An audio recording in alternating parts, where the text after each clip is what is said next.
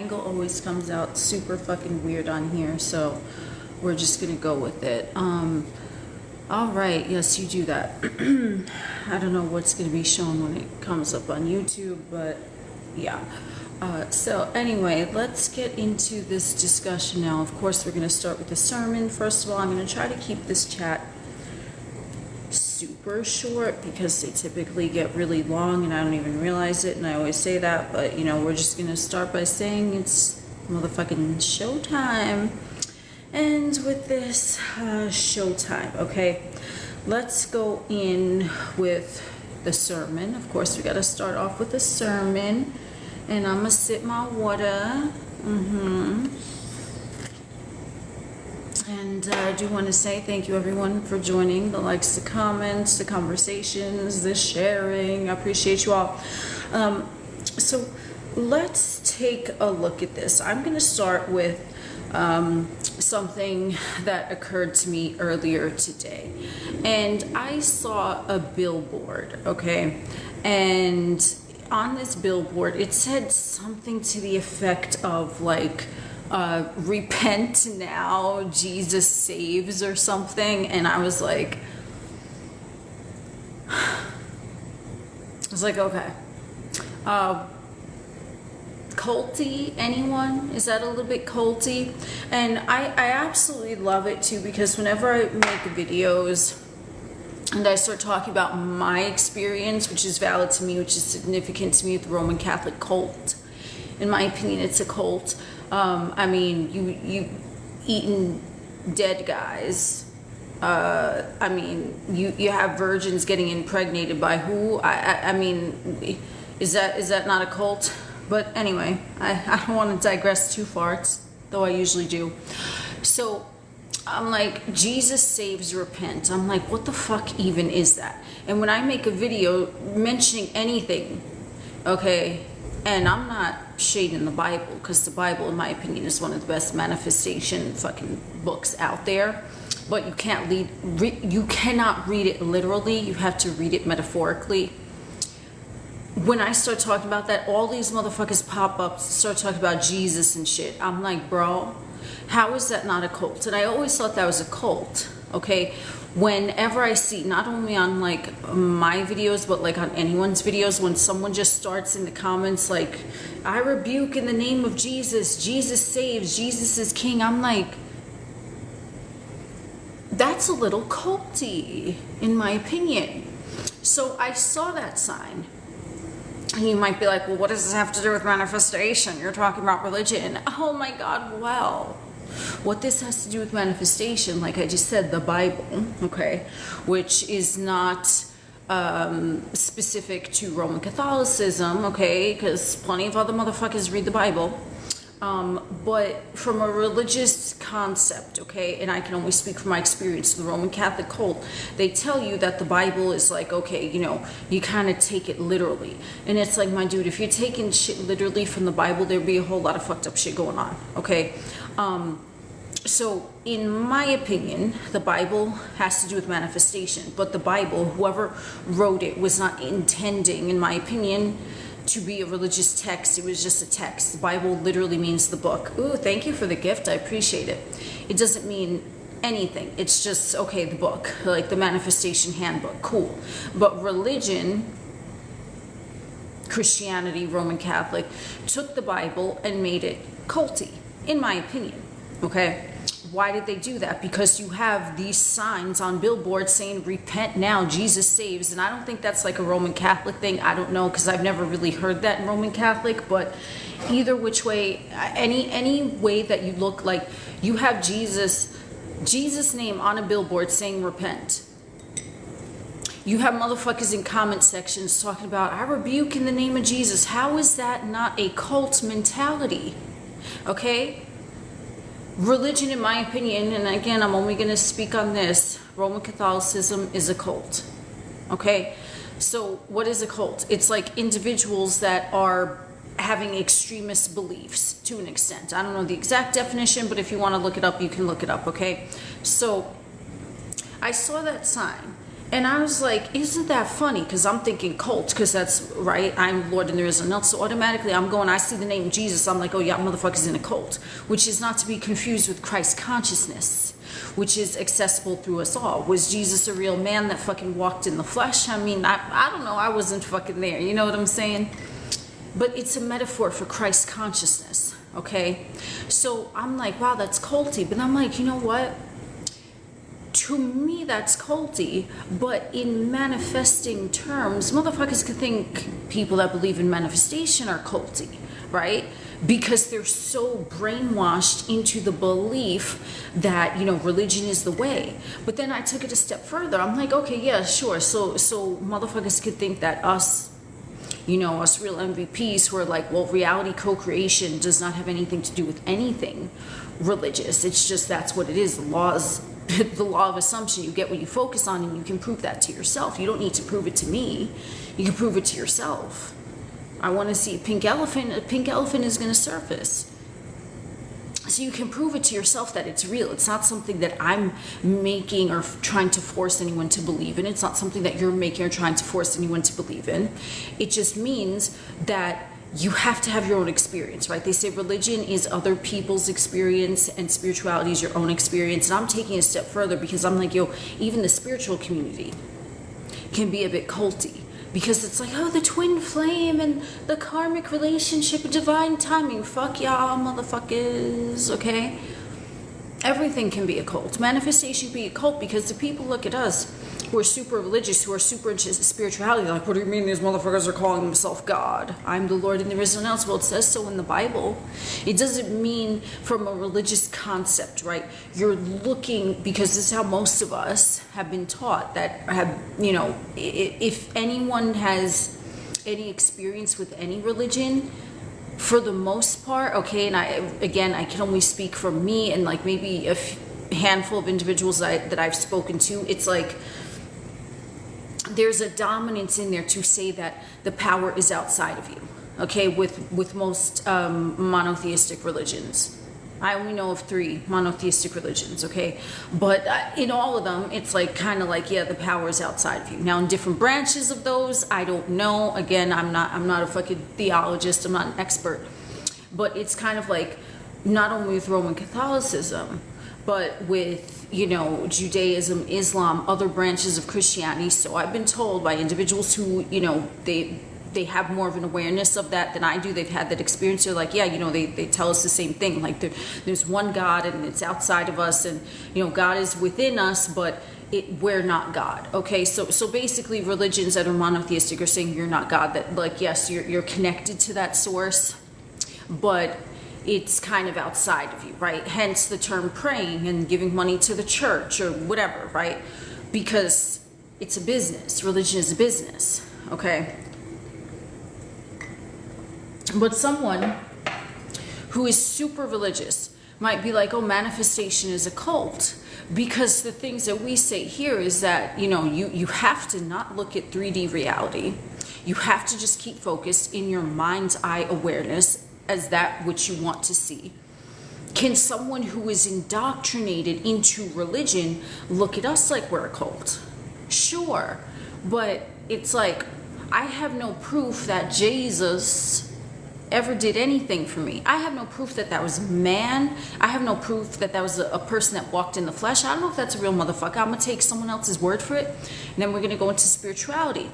Oh, but you had to have your own experience. Okay, so my own experience is that y'all have a bunch of limiting beliefs too, because you're saying that this person in divine timing is gonna get with me. You're saying that this person has free will and it's like a karmic fucking debt or some shit. Is that not culty? But the real cult, okay, is that motherfuckers can look at us and be like, oh, we're talking about saying, well, we are the Lord and there is none else, right? Like, we're creating our reality, we're masters of the universe, this, that, and the third. But let's take it a step further. Everything is a cult because everything is belief. So if someone believes that they have to work hard, they have to go to college to get a degree, to get a good job so that they can earn money, is that not a cult mentality as well? So So you see, this is where my mind be going, just from that one Jesus saves, repent sign. I'm like, okay, religion is a cult, but they could think we're a cult, but spirituality is also a cult, but then it's also like societal programming. Okay, so if any one of us in here were to be like, well, I do create my own reality, someone who is super religious or super into spirituality, they're gonna try to like pinpoint it into something in their belief system, which is culty. But then if you're like, well, I don't need a job, I get paid to exist, I am the currency. Even if someone is a motherfucking atheist, but they have the belief system, there's nothing wrong with being an atheist, there's nothing wrong with any spiritual, I don't care what the fuck anyone believes in, I care what I believe in. And I believe in the law because I know the law, so it's not even belief, it's like I know it. There is no religion, there is no spirituality, there is no fucking law, aside from the law of assumption. There are no rules, there are no judgments, there is no other motherfucker, right? But I've experienced that. And I can see that the law is totally neutral. So if someone out here, they're an atheist, and they're like, well, I don't have religious beliefs. I'm not into spirituality. I believe in nothing. So then where do you acquire financial means to live the life of your dreams? Oh, well, I work hard. You, an atheist, you don't believe in religion or spirituality, but you're still part of a cult. You're part of a cult that stipulates that you have to work hard to earn a wage. So that individual who is an atheist is still part of a cult. How are they not? Third dimensional beliefs, you have to go to school, cult. You have to have a job, cult. There are morals and ethics, cult. It's all a cult. It's a cult of the mind, right? So a cult mentality, right? Because as I said, yes, I can look at it from like the outsider's perspective, and I could be like, yeah, motherfuckers could think that, you know, individuals who believe in conscious reality co-creation, that we're a cult. I can see that. I'm not negating that. Because to someone who is programmed with religion or spirituality, or even by third dimensional constructs, like you have to work to acquire money, to that individual, that's what they believe, that's their dominant belief, so it has to play out for them, right? Because they're creating their experience, so then they're going to see evidence that conscious reality co-creation, even though it's neutral, because the law is the law and the law is neutral, that it's a cult. These motherfuckers are saying they're God. These motherfuckers are saying they create their reality. These motherfuckers are saying you don't need to work for money. These motherfuckers are saying there are no morals, there are no ethics. Oh my God, they're crazy. Okay? But now to segue, because the sermons go all over the place, and I know y'all fucking love it. To segue into that, right? So that's what I was thinking on my fucking, you know, tour this morning, okay? So I'm like, Jesus saves, repent. I don't fear Jesus, because I am Christ consciousness. Who am I repenting to? Right? Like, you know what I'm saying? I don't give a fuck, right? So it's your belief in the thing. It's your belief that this is why individuals, right? You ever hear that thing, before I get into Bird Box, there's this thing, because I'm going to explain Bird Box in a second, but there's this thing where motherfuckers, everything that they're programmed with, that they have to work hard to achieve something, that even the belief in time, cult, you're too old to be doing that. Oh, you're too young to be doing that. Oh, you should, whatever the fuck, even with time and age, it's a fucking cult. Because you're so programmed with that, but you're still creating your own experience. But if you're only taught this one thing, then your dominant belief is going to be that you have to follow a certain God. You have to have, like, if you're into spirituality, you kind of have, like, oh, you to have your own experience. But this is a twin flame. There's still derogatory labels in the spiritual community saying this is a twin flame, this is a karmic, this is a soulmate, right? All that jazz. Who's saying that? Spirituality is a big contradiction, and I came from the spiritual community, okay? But I have to tell you, I don't agree with a lot of what they say, because even in the spiritual community, love and light, bitch, you ain't love and light. It's like the motherfuckers that go to church on Sunday morning, but Saturday night they were shit. I don't even want to know what they were doing. Okay? Oh, but I'm a God-fearing motherfucker. Okay. You're God-fearing, but yet you were doing a whole bunch of bullshit, but you think going to church on Sunday is going to make it better? Like, you see what I'm saying? So it's like, wherever you go, there you are. You're carrying the energy of you with you. So if you're carrying the belief that you need to repent in the name of Jesus, that this person is a twin flame, that you need to work hard to earn a wage, that money doesn't grow on trees, that the society says that I can't be interested in this person because it's unethical or whatever the case. Bro, is that not a cult mentality? But you're not even aware that you're in a cult, but you're saying that motherfuckers who are into conscious reality co-creation are in a cult. Because, you know, a lot of times when I speak to, like, you guys, okay, and I mean you guys like you know, individuals, we're all friends here, but you know, those that we've spoken one-on-one, like some individuals have even told me like that they have no one to even talk about manifestation with, because everyone in their sector is kind of like a non-believer, or they're against it, or they whatever. So they're like, so it's like even that is kind of like, wow, like, you have the experience, you have the wherewithal, but then you have other individuals in your experience who you say that, you know, are close to, but they don't believe in manifestation. So number one, if you want individuals in your close circle, again, this sermon is all over the place. You know, it's all good, okay? But if you want individuals in your circle who believe in manifestation, you pick a motherfucker, okay? You don't have to do this now, or maybe you should. But this would be a little science experiment to even prove more. Not that you need more proof, because you already know that you create your experience. But pick a motherfucker and you're like, you know what? I want to talk to them about manifestation, and they're going to be into it, and they're going to be interested. Stop seeing individuals as not being into it, okay? Start saying so-and-so is into it. They're open to it, whatever the case, okay? Just be like that. If you want someone in like IRL to be into manifestation that you can talk to about it, just say, you know what, this person is into manifestation. We talk about it all the time. Conscious reality, co-creation, cool. It's not a niche topic. Okay, so if that's what you want. But even then, it's like, I'm so confused. And where I'm at now, I can say honestly, I don't see how anyone cannot have the awareness that they're creating their experience, their own experience, based off of what they're dominantly focused on.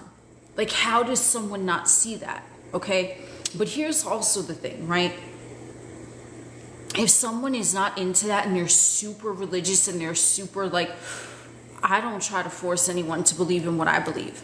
And I don't care if they believe in what I believe in, because I've had the experience of saying like, yes, I can see looking back how I always created my own experience, how everything was always working out perfectly for me, better than I expected, even though when I was in that situation, it might not have looked like it at the time.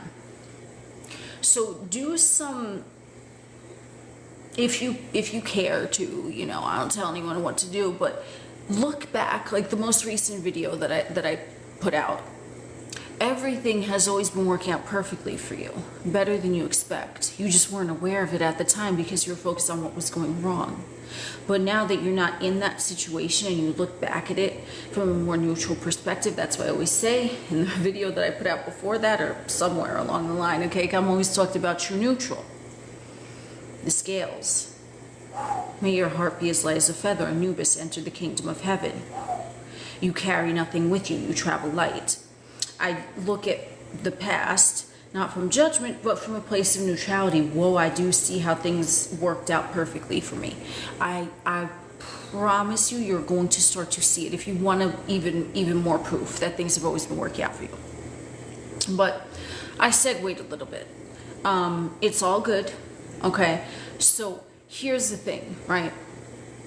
When you are in this awareness that you're creating your own experience, okay, and you are perceiving that someone else is going to look at you like you're crazy, because like it does, like I mean, to someone who's brainwashed, you know what I'm saying? Everything is brainwashing.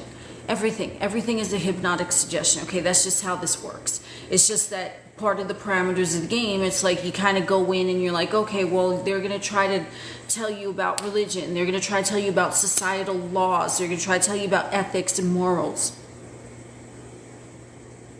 Some of you might believe that going in. I know I fucking did. I don't even know who that motherfucker is now, though, because when I look back on like former versions of me, I'm like, well, who even was that? So I too was brainwashed. I was. But like I was brainwashed in a direction I didn't want to go, because that's the whole hold of the third dimensional matrix. So the movie Bird Box, spoiler alert, if any of you have seen it or care to see it. Oh, my AI friend is here, debating if spirituality or religion is a cult. I mean, okay, I guess. So, the movie Bird Box. There's some shit, I don't fucking remember. I saw that a while back, but some shit happens, and basically the normies, right? The motherfuckers who believe in religion, even the motherfuckers that believe in spirituality, the motherfuckers that are law-abiding citizens, are following everything in the 3D Earth Matrix. You gotta work hard and slave away for the system. Some shit happens. And so these motherfuckers start seeing things, but they're hallucinating, right? More symbolism. They're hallucinating these things because no one else sees it. And it's like, if I remember correctly, that movie, it's like a fear specifically to that individual. Okay, so let's say someone has a fear of snakes or spiders, whatever the case, right? Out of nowhere, no one else is gonna be able to see it, but there's be a giant snake or a spider coming at that motherfucker, and then they're gonna get scared shitless, and they're just gonna fucking be whoosh, right there. You know what I mean? And then all of the normies were getting fucking taken out by these hallucinations. And so they're just dropping like flies. Who survives? Who's able to walk around in that Bird Box scenario and not be harmed? The crazies, or those who society would call crazy, right? Like motherfuckers that are like, yeah, conscious reality co-creation. I'm God of my reality. I'm the only. Everyone is me. No one else exists outside of me. Nothing exists outside of me. I'm creating my experience based off of what I'm seeing in my fucking mind. Those are the motherfuckers that were able to walk around. So whatever was out there in the atmosphere that the normies were succumbing to, the crazies, they were like, this ain't shit, bitch. Like, you see what I'm saying? So, and you know me, I like to say that science fiction is, you know, what it actually is for entertainment purposes only, because of course I'm a crazy motherfucker, because I'm talking about reality co-creation. They tell you how it really is. So when you start seeing through the veil, okay, and you're like, nothing is real aside from what I decide and choose to focus my awareness on being real. It's not even real in and of itself. It's just a figment of my mind. And the design of the holographic reality is to show me what's going on in my mind in third dimensional format. Can that look crazy to motherfuckers who've been indoctrinated into that cult-like mentality? Can they think that someone who believes in conscious reality co-creation is part of a cult? Like, oh my God, you're crazy? Yes. It can absolutely look like that, because maybe I'm like not the right example for this, because I've always been like open to this stuff. I've never really believed mainstream. But if you want to think of someone, let's say 5 years ago, they were a completely different motherfucker, and you're like, wow, I believed this the whole time. I knew it, but I just didn't step fully into it because of like a societal construct that I had going on within me, because I always know that this shit was real, right? But I just thought it was psychic ability. So me, even going back like, yeah, I don't know how many time doesn't exist, but I can look at former versions of me where I knew that this was legit, but I was still like kind of like, well, what do you mean it can be that easy? I was skeptical, because I'm like, well, yeah, I mean, I've had instances of that, but that's psychic ability. Again, another program, right? Is it psychic ability, or is it that we're creating a reality so the things we see in our mind appear in front of our face in the 3D?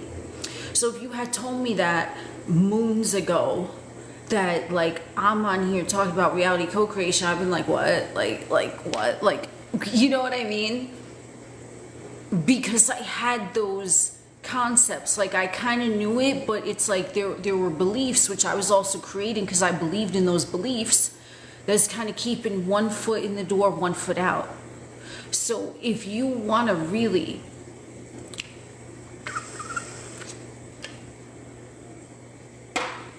embrace this conscious reality co-creation, then you have to start looking at it as natural. That's how you calibrate yourself to the God level mentality, okay? Because we all have the awareness, right? We're told and we're programmed, but it just depends, you know, everyone's journey is different, okay? But when you really are like a master manifester, which everyone has the potential to be, because you already are, you just have to kind of get rid of the belief systems that are keeping you from it. That in and of itself can be scary to the ego, because the ego was so conditioned and programmed. Oh, the religion, the God has more power. Oh, the spirituality, the divine timing has more power. Oh, the third dimensional ethics. Oh, the whatever the fuck has more power. Okay, the boss, the fucking me more people, right? We're always programmed. For the most part, I want to say every single motherfucker, because I don't know, but for the most part, we're programmed since birth. So and so has power over you. So to come to the realization that you are the only power, that you are the operant power, and all things must abide by you, and nothing can exist without your permission. And how you give something permission is you have it in your awareness and you just focus on it. There was this thing I seen on TikTok the other day talking about the jackhammer position. I think they meant it in like a saucy type of way, you know what I'm saying? And I had to look that up because I was like, what the fuck? And then I saw it and I was like, oh, I've done that, right? So you jackhammer in a way with your awareness on the fucking thing. That thing it's gonna fucking explode in your face in your 3D because you concentrated awareness on it. You, the Lord, and there is none else. You're placing your conscious awareness on a fucking person or a situation, and you're thinking a certain way about it. Okay, yeah, boom, the thing is going to present itself to you. But if you are placing your awareness on something, oh no, this has power over me. If it's a fear, if it's something, right? You're still placing your awareness on there, and the law is the law, and the law is neutral. So the law don't give a fuck if you're afraid of the thing, or if you love the thing, you want the thing, you don't want the thing. It does not give a shit. Okay? It's just giving you, it's like a real-time reflection. What you have your focus on in your imagination. As I said in my video that I posted on the other platform, God created man in his image. He created man or woman or non-binary person, whatever you have going on, your physical vessel, okay? It's the meat suit. But you know, the Bible, this says God created man, okay? So God, your higher self, source, universe, the all, whatever you choose to call it, created your physical avatar in its mind. The awareness that is shapeless, formless, odorless, tasteless, but has the awareness that these things exist, shape, form, odor, taste, was like, ooh, let me hallucinate this into existence. It's playtime, right? It's like the land of make-believe all over again. Mr. Rogers entered the fucking chat with Henrietta Pussycat and Lady Elaine Fairchild. Oh, you want some thrilling dreams? Google Lady Elaine Fairchild right before you go to bed. Okay, just do that. Fun times. So when you come to the awareness that you are actually God, that hallucinated a meat suit, okay, into this holographic game, that is a lot. Because I know for me personally, I had this epiphany last summer when I said, like I always knew it, and I've had instance of it instances of it play out, but like last summer is when I really saw, I said, holy shit, I am God, motherfucker. Whoa. Whoa. I was a wee bit fucking like taken aback. I was like, whoa. I was like, I have that much power? I said, whoa. I am the fucking operant power. I am that. And it can be as simple as I focus on a thing and it fucking happens. I don't have to lift a finger. Was that scary for the ego? Wasn't scary for all that is, but for the ego was like not that the ego was scared, because, you know, I've been like, you know, saturating my palate with this type of stuff for a while, but like the ego was like, oh shit. Like, well, that means you're creating everything. You're creating it, you're hallucinating it. And so it's like you're having a daydream, right? How many of us have been told as children, oh, you can't live in your imagination, but you're imagining all these fucking weird things. Me personally, I used to make my Barbie dolls fuck. Yes, I did. Yes, I fucking did. And I would just imagine. I didn't know what the fuck sex was, but I was like, I'm gonna make them fuck. And my idea with fucking was not what it really is, because I didn't know. But I'm like, oh, they're gonna do some dastardly things. And I would imagine it. Was anything going on? No, but there was shit going on in my imagination. I was like, I'm gonna make them fuck. Why? I don't know. I felt like it. And no, there was nothing nefarious going on. How did I know what the fuck sex was? I don't fucking know. Probably from TV or some shit. But I was like, okay, I'm gonna make them fuck. So I was imagining all these things, and I'm playing with the Barbie dolls, and they doing some freak nasty shit. Was that going on in real life? No, but it was going on in my mind. Okay, so, I mean, I didn't tell no one I was doing that until now. Y'all are special, okay? But I didn't tell anyone what was going on at the time. But like, even at that time, it was like, oh, you can't live in your imagination, right? You had to kind of be serious, like face reality, because they were fucking programmed with that. So when you're told not to look at the imagination as a part of the parameters of the game, it's a direct contradiction of how reality works. So when you're constantly being told that, and then you wake up in the dream and you realize you are God experiencing itself in a meat suit, you're like, oh shit, I'm hallucinating this whole fucking bitch. Wow. So I was supposed to concentrate on what was going on in my imagination more than what was going on, you know, IRL. So had I left my awareness on the Barbie dolls fucking when I was a kid, maybe that would have presented itself to me in real life. I don't know. But I was always told, oh, when you're playing with your dolls, you know that's make-believe, you know that's pretend, right? I'm like, I mean, is it? Because some of the positions I had them in, I experienced as an adult. And I'm like, wow, you know, I guess I did create reality. You know what I'm saying? But if you're coming from that, and it's like these motherfuckers, they're not saying it in most instances to mean harm, right? Get your head out of the clouds, you know what I'm saying? It's like they're just saying it because that's what they were taught. That's what they were programmed. So they don't know better. So when you come out of that, when I had my full realization, I'm like, yo, I'm the Lord and there is none else. I said, damn, everything is a fucking program. Religion is a program. Ethics are a program. Rules are everything, bro. Television program. Tell a vision. They're telling you a vision. And now what? It's on the screen. You're imagining it. And this is why. Let me tell you, okay? You wouldn't think that this is significant, really. Or maybe some of you would. But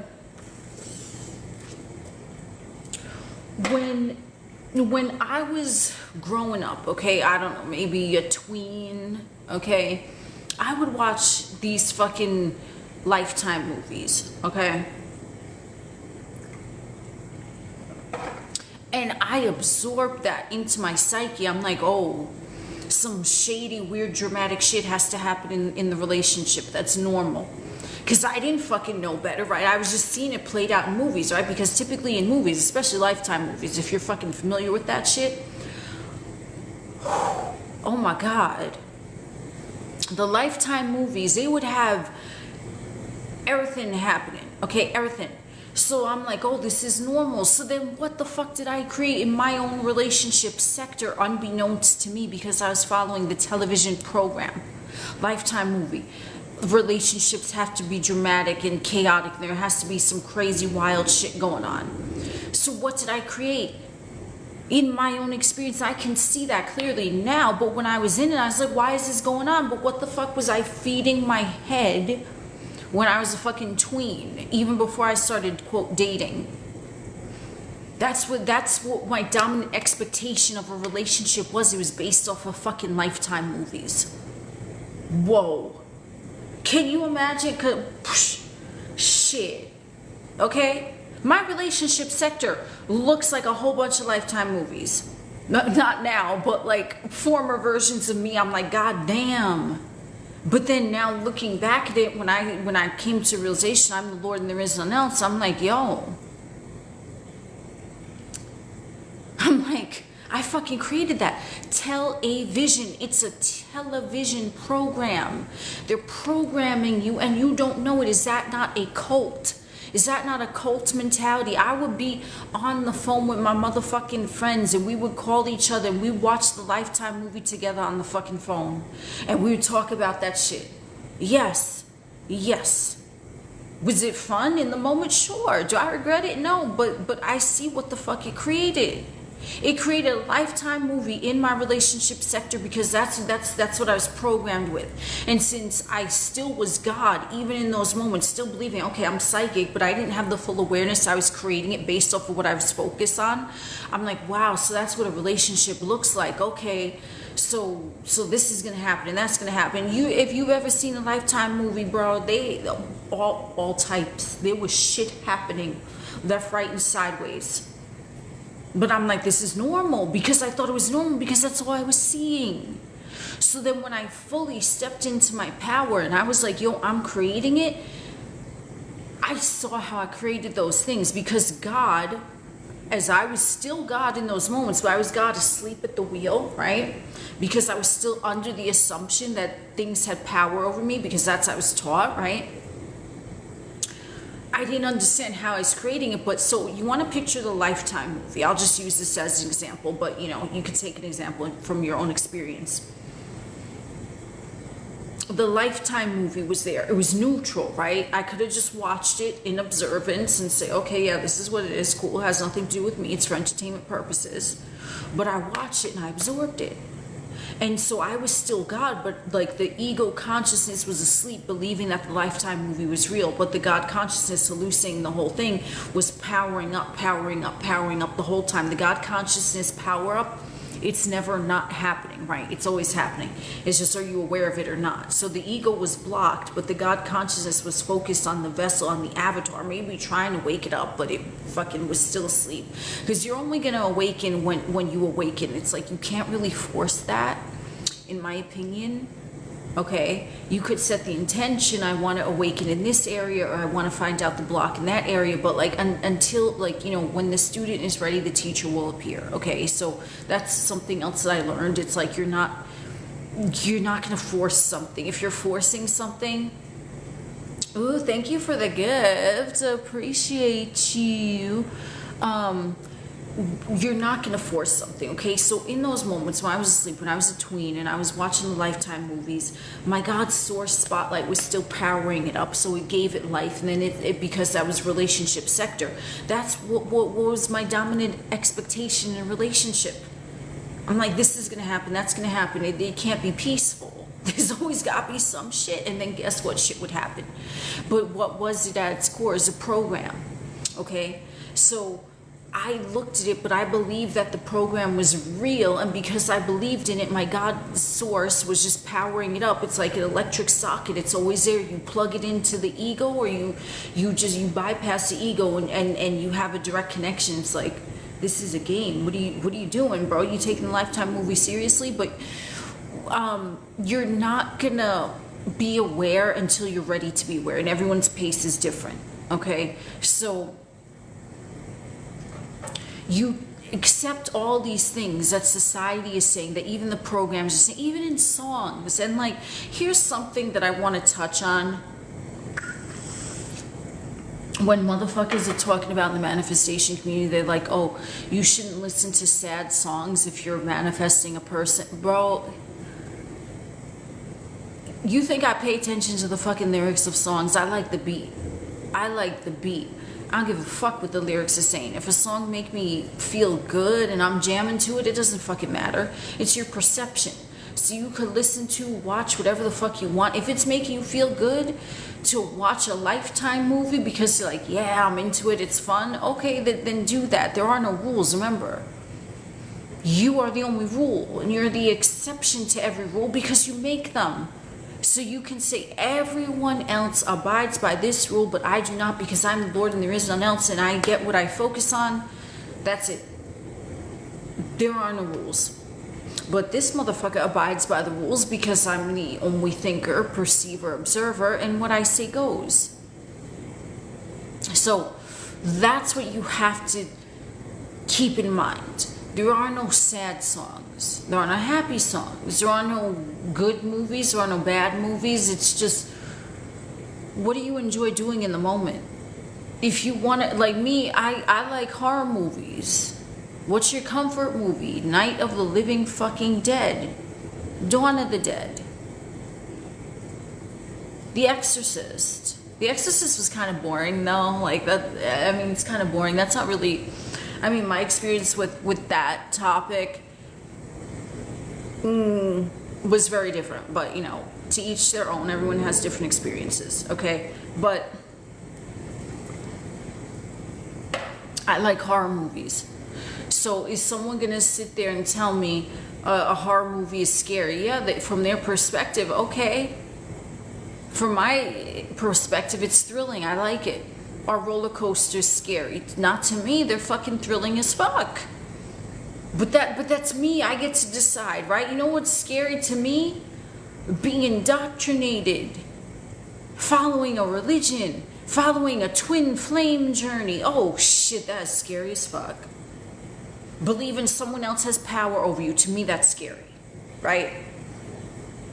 So when I discovered all of this, right, television program, that's what you're getting fed a whole bunch of bullshit from all over. When to fully wake up out of that and to just observe everything is neutral, because that's where I'm there right now, which is why I'm even talking about this shit, right? Like if I hadn't experienced shit, what could I possibly say? Okay, so there is a way out, but it's just you have to, like, everyone evolves at their own pace, right? That fucking saying, I'm sure some of you have seen it, where they're like, some motherfucker came across, he didn't come across like jizz on it, but he came across, it means he passed by it in the fucking woods. There was like a caterpillar, and it was in the little fucking cocoon, and it was trying to escape. So this motherfucker thought he was doing good, and he cut the chrysalis, I think that's what it's called, and to let the caterpillar out. But the caterpillar was not fully formed into a butterfly, which is why it couldn't get out of the chrysalis to begin with, because it wasn't a fully formed butterfly. It wasn't ready. So this dude did it, or woman, or who, I don't know who the fuck it was, some individual in a flesh suit, okay, ripped open the chrysalis, and the caterpillar was not fully formed into a butterfly, so it wasn't ready to even experience that outside as a butterfly, because it was still like shape-shifting, and it died right there on the spot. So you can't force it. At least it's my opinion, okay? I mean, and you know, I think that's kind of like a universal thing. You can't force it. Nothing is to be forced. Things are to just be flowed with. Okay, so if you have an intention that you want to wake up fully out of the matrix and be full throttle God, for me, when that happened with a random incident where I was like, oh shit, I created this. I said, oh shit, but my ego was a little bit scared, but it wasn't scared to the point where it was just gonna like self-destruct. It was like, whoa. And I said, no, it's okay, ego, because I had the awareness at that moment to be able to handle the ego kickback. Because the only kickback you're going to get is from the ego in the programs. Like I said, Lifetime movie, religion, anything, spirituality, twin flame, all of that shit. Okay, what Meemaw Peepaw fucking said. That's the only kickback. It's programmed. Where they come from, I don't know, but they're out there. Okay, so that's because the ego is kind of like whoa, like. But then I was able to tell my ego, I'm like, listen, my dude, I fucking did this. Do you see how I did that? And the ego's like, yeah, wow. You ever see that meme where it's like someone is on the computer and then there's someone else? It's like the supervisor, and it's like. Watching my supervisor, and it's like the person sitting at the computer is just like, wow, and like the supervisor's like doing this. That's what I had to do with my fucking ego. When I had the full realization I'm the Lord and there is none else, I said, whoa. Well, I didn't say whoa. I was just like, yeah, that's right. But the ego perspective was like, oh shit. And I said, no, it's okay. So it's like you can't force it, okay? Because think about it. Like, I've been into like the whole Neville Goddard, at first I started with the Abraham Hicks, because I don't know how the fuck I even found that, because I came from the spiritual community. And Abraham Hicks, their teachings, they sound kind of spiritual. Maybe that's how, I don't know, I don't remember. But either which way, I was into that. But like to fully be like, oh shit, this is true, it took a few years. And I know that seems like a while, or at least to me, but it's like along that way, if someone were to have, cut open the cocoon, I might not have been ready to see it, just like the caterpillar that was not yet formed into a butterfly. So it's like you can't really look at it in time like that. And which leads me to my other point. With time, the concept of time in and of itself can be culty. I don't know why I didn't title this culty. I think the title when I put on YouTube is going to be culty, but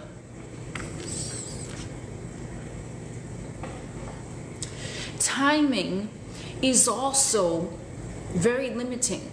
Okay, because if I had looked back, like let's say when I first started learning about Neville Goddard and all that shit, right? And I first started getting into this, and it's like, oh, it's gonna take 3 years for you to fully be like, yeah, I got it solid. I would have been like, oh, hell no. But that's why the timing never came up in that moment, because it was perfect for me. Because I was going on the trajectory. If someone had brought up, yeah, it's gonna take you 3 years, I've been like, oh, hell no. I wouldn't have enjoyed the ride. I would not have. So that's why you don't want to look at timing as something specific. So what I recommend, if anyone is thinking about timing, you just say everything always happens in perfect timing. That was worked out in perfect timing. It's a perfect timing. Because then your timing is always going to be perfect. You're not going to feel like things are rushed. You're not going to feel like things are moving too slow. You're not going to feel like things are stagnant. This happened at the perfect time. Yes, it fucking did.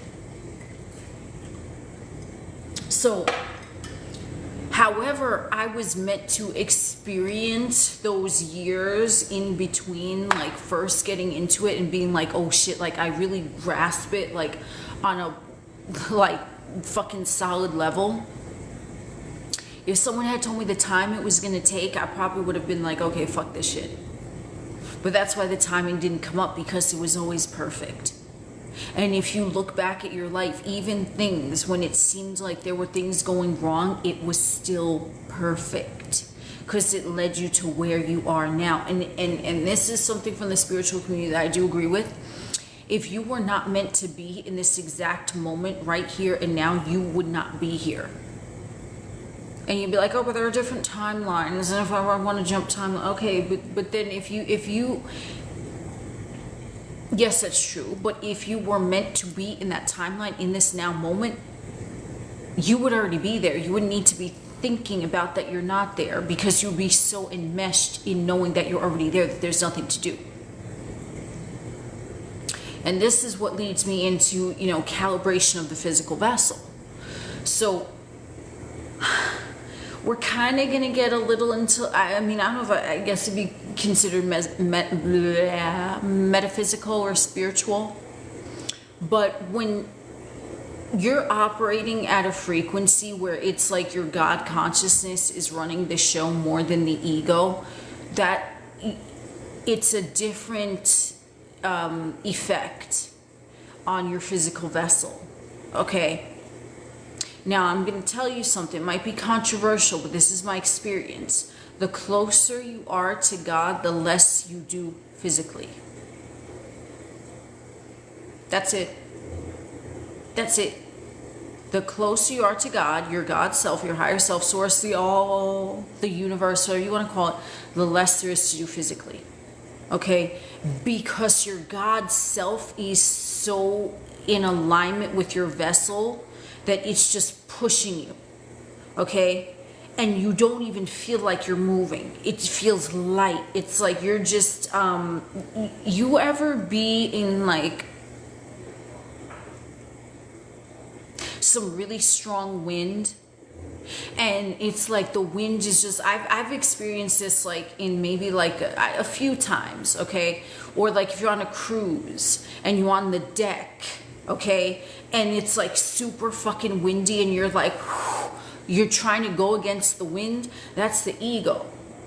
That's the ego telling you gotta charge on through and do shit. No. So you turn your back to the wind. You're just gonna fucking move. That is God. You don't have to do shit, but your vessel has to be calibrated to that, right? So it has to be light in order to not fight against the wind and remain standing still, because you're not going to really go against the wind, you know, or if you do, it's going to take you a long time where you could just turn your back to the wind.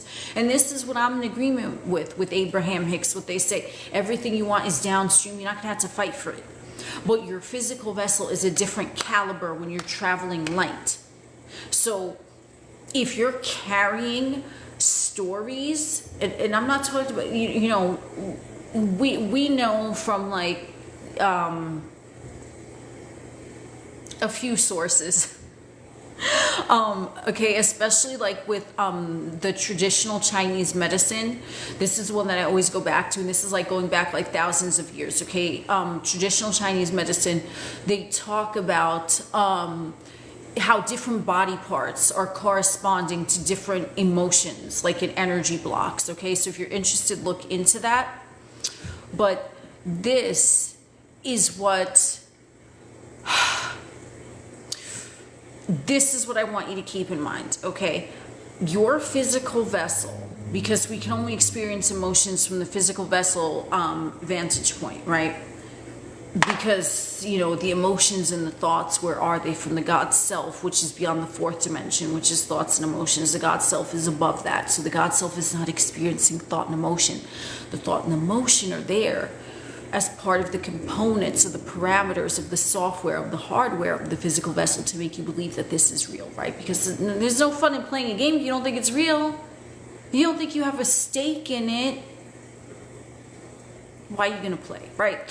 So the physical vessel is experiencing emotions, and you're experiencing the thought in your mind, but like, where are the emotions, where are the thoughts, right? You can't touch them, okay? So you carry with different body parts like a corresponding energetic belief that's keeping you like trying to face the wind, trying to charge ahead, that your ego is attached to, which is why it's difficult. And then it manifests in symptoms in the body. And that's where for totally entertainment purposes, if you look into traditional Chinese medicine, this is dating back thousands of years. Like if you have a physical ailment, please check that in traditional Chinese medicine. You're going to see a corresponding energetic blockage, okay? You're going to see that, I promise you. So your physical vessel has to be light. It cannot, and your physical vessel, and I mean, you could be in perfect physical health, but you're traveling heavy because you have that blockage. And if you leave that blockage, it's going to start a fucking roadblock in your physical vessel, so that the God self, which is trying to give you the direction to push you through the wind, the ego is like, no, let's look over here, okay? And that's why you're stuck, and that's why you're stagnant, because the closer you are to God, the less you need to do in 3D, because you're just in alignment, because your God self is pushing you. You don't need to do shit. You don't need to do shit. You don't even need to think, bro. Have an idea, have an image in your mind. Okay, this is where I'm going. Cool. Bim, bam, boom. That's it. That's it. It is that fucking simple, but you're not going to accept it as simple, most likely, in the beginning, because you've been taught and programmed, and that's another emotional form that your ego is latching onto, which is going to keep you fighting against the wind. Okay, so your physical vessel, in order to be calibrated to the timeline where things are just easy, you're going to be traveling light. You're not going to have this fucking emotional baggage. Oh, the puzzle piece, I was talking for an hour already? Holy motherfuck. Time doesn't exist. That's why it went by so fast. But, you know, we're in Aries land and we do things fast around these parts. So when you have these heavy energies, okay, and you're going to feel it. You might, like I said, you might be in perfect physical condition. But if you feel heavy, number one, that's going to cause a fucking interference in the energy betwixt you and your God self, or betwixt the avatar and the God self, because, you know, everything is one, but nothing exists, whatever, everything is a fucking paradox, yeah? So,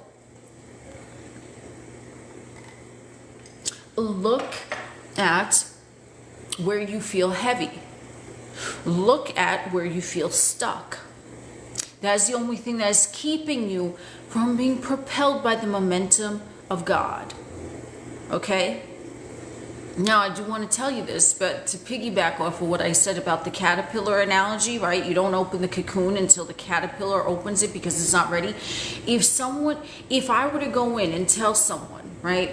Oh yeah, this is what's going on with you and blah, blah, blah, you need to fix that. My dude, they might have no idea because their ego is still so on board with that story that they're not even going to be able to believe it, and they're going to block it out. Oh, that's not true. That's not true.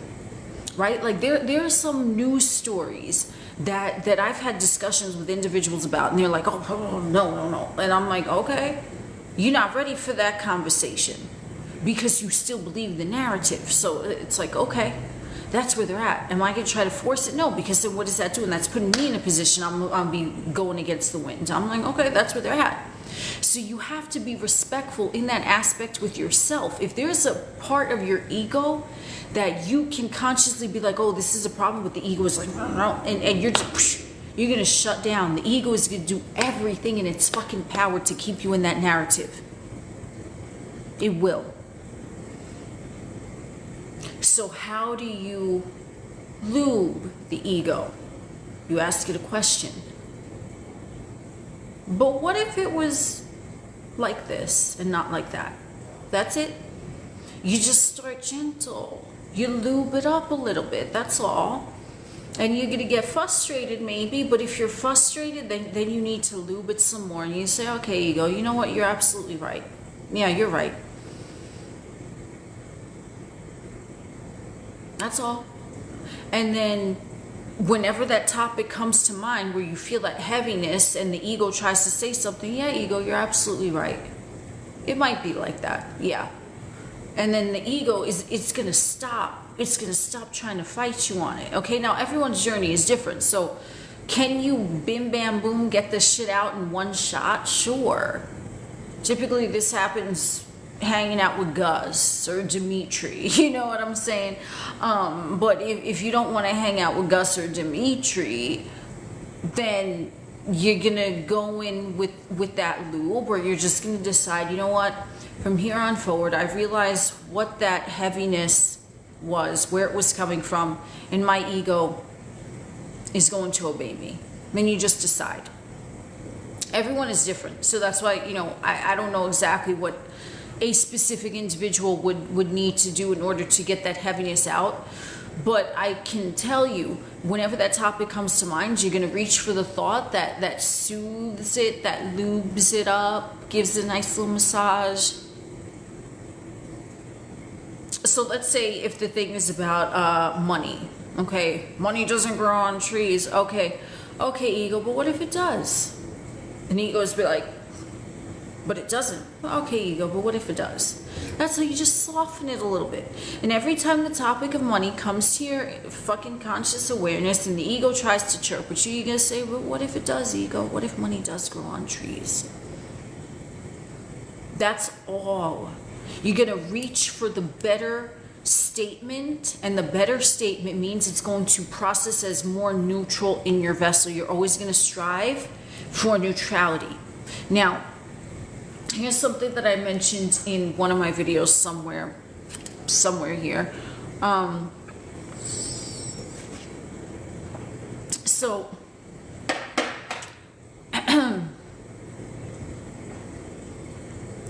when you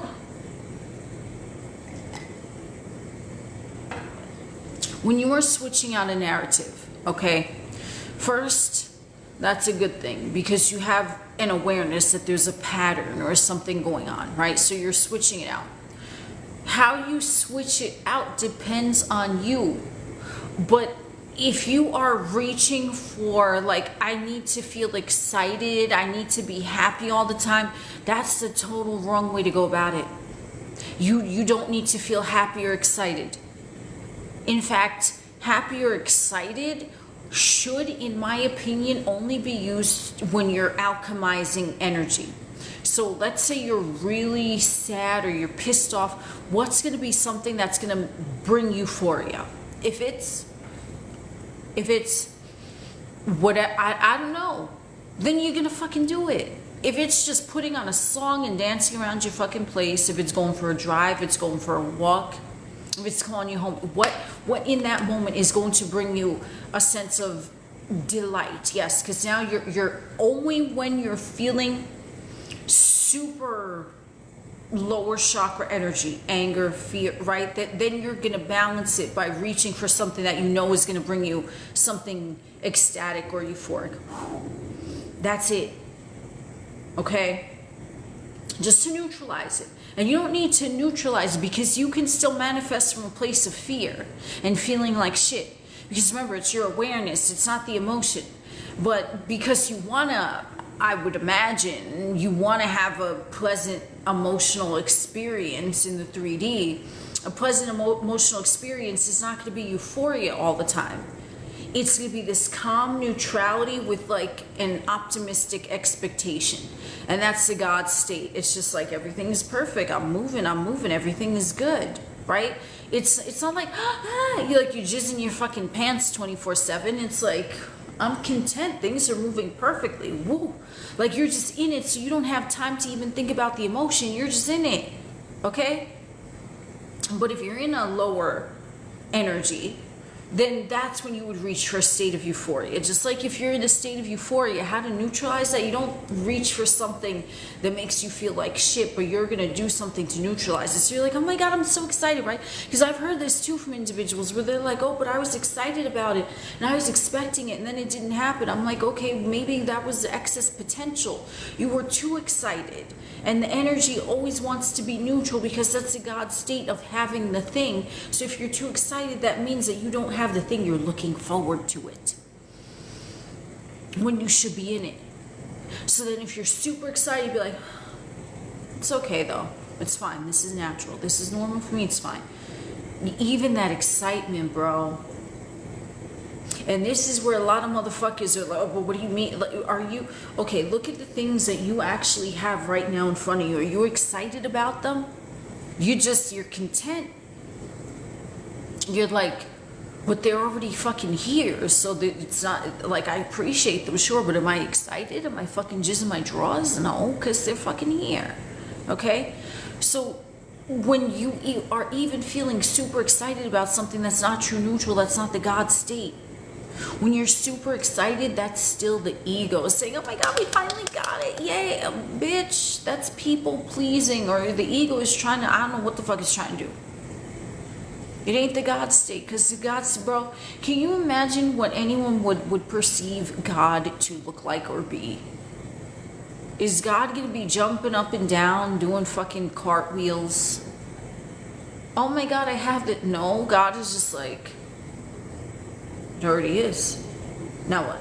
Like, it's calm, bro. It's fucking stoic. It's like, okay. Yeah, it is. Now what? Okay. I have this. I am this. What else? What else do I see in my mind? Moving on. And here's the one thing about consciousness. This is also with manifesting. It doesn't shut off. It's always moving. This is why you could be sleeping and things could be unfolding for you behind the scenes. behind the scenes, meaning the scene with your two physical eyes. Things are always unfolding because your consciousness is always there. Your consciousness, as long as there's a portion of your consciousness plugged into the video game, to the avatar, and as long as a portion of your consciousness is powering up the physical vessel, it's not going to shut off. It's just always on. It's like the electric socket, the outlet, whatever the fuck it's called. There's always light, electricity, I don't fucking know, okay? I ain't an electrician, I don't claim to be, but whatever the fuck going on where you're not supposed to stick your fingers into, it's current, you like that? Currency, electric current, wave is a current, right? It's always moving. It implies movement. It doesn't shut off. So you could plug something in at any point in that electrical socket. The current is just always flowing. That's how it is with your physical vessel. This is why things can happen while you're fucking sleeping. This is why things happen when you don't even think about them. Because your consciousness is constant. And it's powering up the vessel. And as long as your God's self-awareness is saying, a part of me is breathing life into this physical vessel and whatever, shit is always moving. That's it. As long as you are in existence, shit is fucking moving. Now, how fast or slow does it move? I don't know, man. There is no time, right? The God self is just always flowing. It's just always constant. Time only exists your ego, that culty fucking mentality again. So now how do we get time out of the equation when you're impatient for the thing?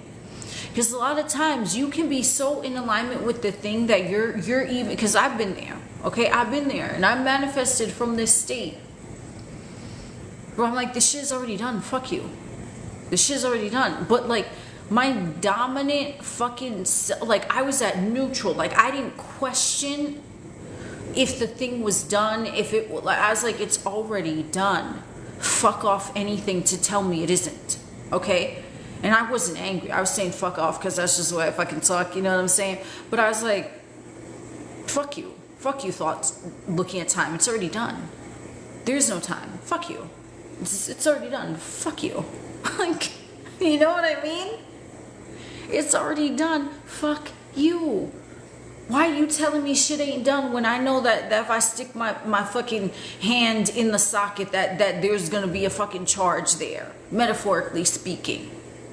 The shit is already done. It's constant.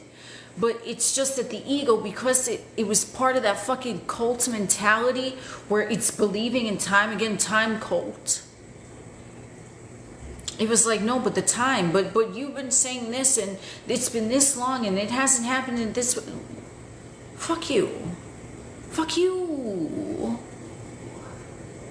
You trying to talk shit to the Lord? That's how I talk to myself in my mind. It's like, if my ego tries to come up, I'm like, bitch, I'm the Lord and there is none else. Shit. I fucking do that. I'm like, it's already done. Shut the fuck up. But see, again, I'm comfortable talking to my ego that way. Some of you might not be, or some of you might be. I don't know. But for me, I be so in the thing where it's like, it's already happened that I be looking at the 3D. I'm like, really? Like, I'll be in shock that the thing isn't in the 3D because that's how in alignment I am. But then I'm like, oh shit, it's the ego's awareness saying, well, bro, you know, technically the thing isn't here because, like, motherfucker, fuck you. Fuck you. Trying to talk back to the Lord. No. So if the only thing is the time cult, because time is a cult, right? We're believing in time to some extent, and you're used to that, and like, yes, it does make logical sense to utilize time in certain instances. Like if I'm gonna go get my lashes done and I make an appointment, yes, cool. But you know, in terms of manifesting, there is no time, so all you have to do is just, okay, ego, shut the fuck up. I'm just gonna be in the moment and enjoy it because the thing is already done. And that's all you do. But you want to make sure, right? And this is where, you know, I think I was trying to talk about it, but I segued because I always fucking segue into other fucking shit. You know what I'm saying? So it's like, you don't need to feel happy and euphoric constantly. You get happy and euphoric, you strive for that if you're feeling like shit. If you're too happy and euphoric and there's like excess potential, then you neutralize and you just say, you know what, it's okay, this is normal for me. Deep breaths. The breath, spiritus, is what powers up the physical vessel. You get yourself back to neutral because the things that are neutral. You just know that it's done. And this is where, even talking to other individuals about this, they're like, I just knew that was going to happen. They weren't excited. They weren't pissed. They just fucking knew it. There was no emotion. Yes, emotions are important in terms of you want to have a pleasant, physical experience. You don't want to have an emotional body that's going to cause a blockage for you not to be pushed by the wind of God, breath, wind, spiritus. But they don't matter in terms of manifesting, because you can be feeling like shit but still knowing that something is going to happen and that no one cannot be taken from you if you're feeling like shit. Yeah, it sucks that you feel like shit, but you still know that the thing is already happened. You see how that doesn't have an emotion? All of you can relate to this. I know you fucking can. All of you in the chat right now have had at least one moment where you're like, I know this is going to happen. Whether you perceived it as bad or whether you perceived it as good, I know not, but you fucking do, and it don't fucking matter because the law is law and the law is neutral, and the law doesn't know good from bad, right from wrong. You just knew the thing was going to happen, and because you are the Lord and there is none else, and you knew it with certainty, with clarity. That shit was delivered to your motherfucking inbox. Yes, it was. Someone is gonna get a letter or a message. Just a heads up. Someone is. I don't know from what. I think it might be a business associate that fancies you for some. I'm just saying, bro, someone from your work sphere, whatever that is, because it's different for everyone, but someone is interested in you. And they're going to send you a fucking email or a DM that looks like an email, because they're going to try to make it look professional, but they're really trying to get with you. That was a message for someone, or maybe multiple, but that's what's going to happen for someone. I don't know who it's for, but there you go. I do random messages sometimes and they come up, but yeah, someone's getting some weird email and it's going to be looking like it's professional, but it's like, yeah, they want to get with you. Yep, that's it. So when you are in this state of thinking that you have to have a certain type of emotion, think back to the times where you had no emotion. You just knew something was going to happen, knowing there's no emotion attached to knowing. It's not excited. It's not angry.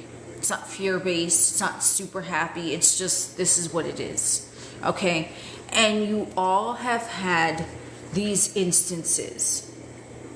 So that's why you don't need to feel good to manifest. You should want to feel good because, your physical vessel experience, you want it to be pleasant, but you don't need it to manifest, because you've been manifesting a lot of times from a place of fear and not feeling good, and the thing still manifested, and it was something that you didn't want, but you knew it was going to happen, and no one could take that from you. So what everyone in the chat right now, what I would suggest you do, you don't need to answer in the chat. You don't need to answer to me, but just ask yourself, what is the next thing that I'm going to experience in 3D? The first thing that came to your mind, oh, you know that shit. That was the first thing that came to mind. And now, whether you, in an afterthought, deemed it as good or bad, or you wanted it or you didn't want it, it don't fucking matter. The first thing that came to mind, that's where you calibrate it to, and you want to keep that in mind. Whenever you think of each sector of your experience, ooh, thank you for the gift, I appreciate it. Whenever you think of each sector in your experience, you want to be like, what is my next step here? Finance, career, relationship, home life, body, whatever it is, there's all different sectors. What is my next step? The thing that comes to you immediately before you even think about it, that's what's going to happen next. You can predict your own future because that it's just boom. Don't try to fight it. Whatever the thing is that came up naturally, that's what you're going to next experience, okay? And if it's something that you don't like, then you're going to take note and be like, oh, why is this something that the ego is perceiving as I'm not going to like? Okay, so let me go in and see if there's a narrative, if there's a program running in the background, then I'm going to fucking rearrange that shit now. You know what I mean? But for the most part, the things that come naturally to you are your next step. You're likely already in them. You're expecting it. You know it. So if it's something you don't want, why are you so solid in knowing that the next thing that's going to happen is to be negative? What is the story going on in there? Is it about that relationship sector specifically? Is it about that career sector specifically? Is it about your body image sector specifically? Is it in general? It's like, oh, these things never work out. That you really need to isolate what the issue is. If it's specific to one app, that's actually good news because it means that your general self-concept is okay. You expect good things, but it's just this one app. Okay, so do I have a pattern in this app? Okay, yeah, I have a pattern. I've always, thought this way. Okay, then what is the opposite of that pattern? Make that your affirmation. Say it. Over and over again. Whenever that app comes to mind, you say the affirmation. Things are always working out for me perfectly and better than I expect in my career. Things are always working out for me perfectly better than I expect in my relationship. Whatever it is, okay? For everyone is different. But here's the thing, okay? Another thing, they talk about manifestation. You don't need to work on self-concept. Yes, self-concept is kind of like the backbone of whatever the fuck, right? Because the self-concept is the phone, so you have a shitty phone and the software is running dumb, then yeah, the other apps are going to be affected. But if your self-concept is good and you can isolate it to one area, then in my opinion, you don't need to work on self-concept. There's a story in that area that you have going on, and in that area, it's like, I look at this as motherfuckers are shapeshifters. Why? Because you are a different you in every sector of your experience. I guarantee it. I guarantee it. Okay? So if your overall identity is like, I'm lucky, things are always working out for me, things always go better than I expect, I'm happy, I'm fulfilled, with this one area, you don't need to work on self-concept. Because your general self-concept for all of them, right? That's the branch, it's spilling onto all of them.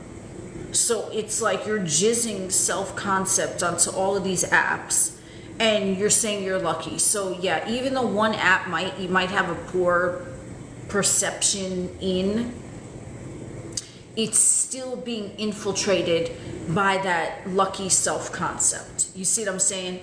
So if there is let's say a career, right? Someone else always gets the promotion and you don't. Okay, cool. Let's go with that.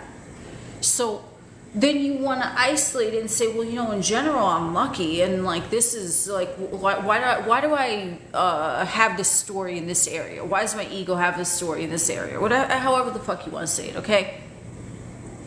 Oh, maybe because your first job, you wanted a promotion, they gave the promotion to someone else, so you got butthurt, and then you carried it with you. Okay, bim, bam, boom. Issue solved. That's it. So I am lucky. I'm always offered promotions before I even think about them. That's it. That's the solution. Just say it, or imagine yourself getting the promotion and then infuse it with that lucky energy from your self-concept and say, this is what it is. Now, if your apps are,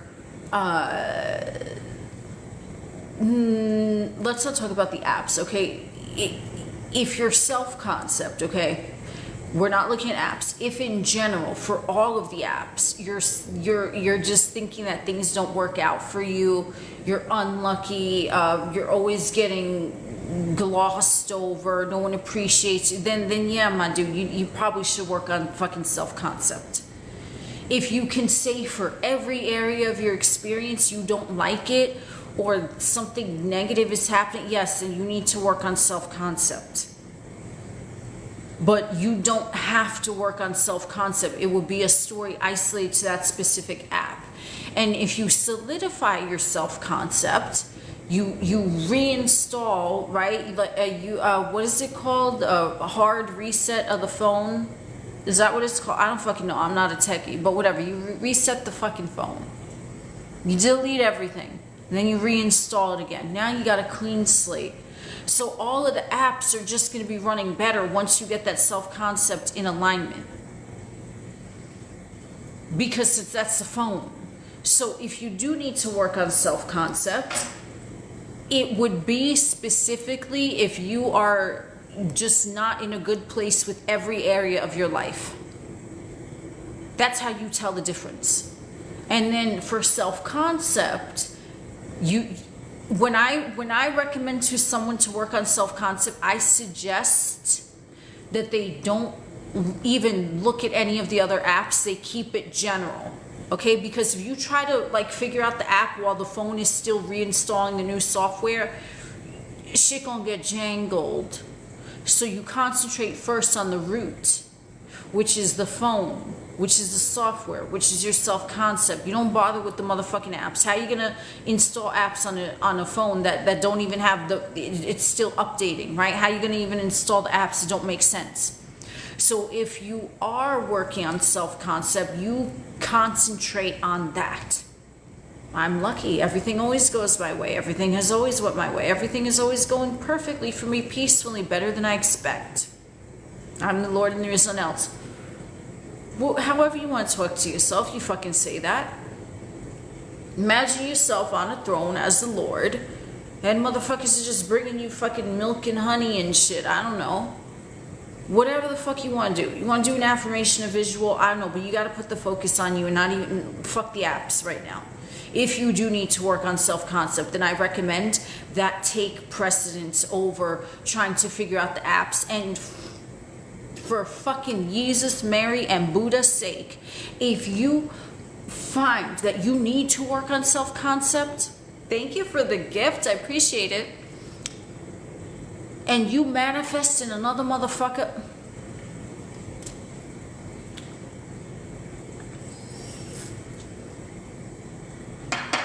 no, stop that, stop it. You are not even solid in yourself and you're gonna fucking manifest another motherfucker. How do you think that's gonna go? Why are you even concentrated on the other motherfucker? If you need to work on self-concept, you come first. The other motherfucker, who even are they? They don't exist without your fucking awareness on them. But you gonna prioritize working on the motherfucker to give you a text back when you need, and you know you need to work on self-concept? Self-concept. If you need to work on it, and only you will need to know if you need to work on it. Ooh, I love this. Ooh, a little constellation there. Thank you. If you need to work on self-concept, that is your priority. Fuck the apps in that moment. You return to self and you allow the God self to power you up. You return to source. And if you feel like you need to do anything, that's the ego trying to make sense of what is happening. Oh no, but we've never fucking manifested before. Okay, well, bitch, we're doing it now. So buckle the fuck up. Sit down. Shut up. If you want to chirp, fine, but I'm not going to pay attention. I'm the Lord and there is none else. You are merely the ego. Ooh, thank you for the gift. That's what you do. And you say, I'm returning to self. And the more the ego tries to tell God to do something, I am the Lord and there is no motherfucker else, bitch. Fuck you mean do something? The ego is going to try to tell the Lord what the fuck to do? No. And that's where you really step into your God power. When you say, whoa, ego, you want me to do this because you're scared? I ain't never scared, bitch. What? I'm the Lord and there is nothing else. I am everyone, I am everything. And you know what, right now? I understand that you're part of the parameters of the game, but I'm not going to pay attention to you. So here's how you know, right? The ego wants to get you to do something. That's when you don't do it. That's when you do the opposite. Oh, but if you don't apply to the jobs, you're not going to get hired in your dream career. Okay. Then, you know what? I'm not going to apply. Because you're scared, so you're pointing me actually in the direction that I should go, and I should not do anything. I should be more solidified in the fact that I already have the dream job, that if I'm guided to apply or put a profile on LinkedIn, I'm just going to do it, and I'm not going to have to think about it. And sure as shit, not going to be from a place of fear of the ego telling me I fucking have to. That's how you know what inspired action is.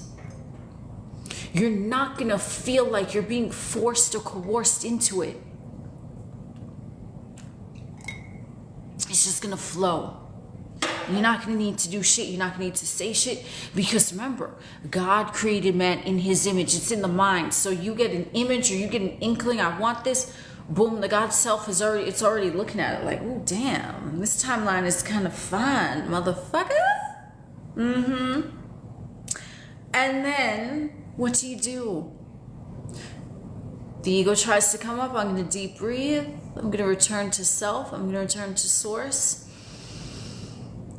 The ego wants me to do something, therefore I shall not do it. Not out of spite, but because I don't need to do shit. And the more the ego tries to tell me to do something, it's trying to keep me in a place of fear. That means that I'm so close to the thing that I want, which is why the ego is getting triggered and reactive to try to scare me. Because the parameters of the game are saying that you are going to receive something that you're going to call an ego, which is your attachment to the third dimensional vessel, which in my opinion, which some motherfuckers might disagree, there is no ego death. If there's an ego death, you wouldn't have the physical vessel anymore. No, you wouldn't. Because the ego is the thing that is saying, this is my vessel and this is your vessel. If you had no ego, there would be no vessels. So there's not going to be an ego death. So you might as well just deal with the fucking ego. The ego can be silenced. And the ego can be made to train a story that you actually want, but you're not going to fucking kill it completely, because if you kill the ego, you kill the I, right? Ego. I. Your identity. So you have an identity in the parameters of the game, and it's this physical vessel. This is why we have names and we have birthdays and we have, right, like all identifying details. Identity. Is that who we are? That's how we're identifying in the 3D.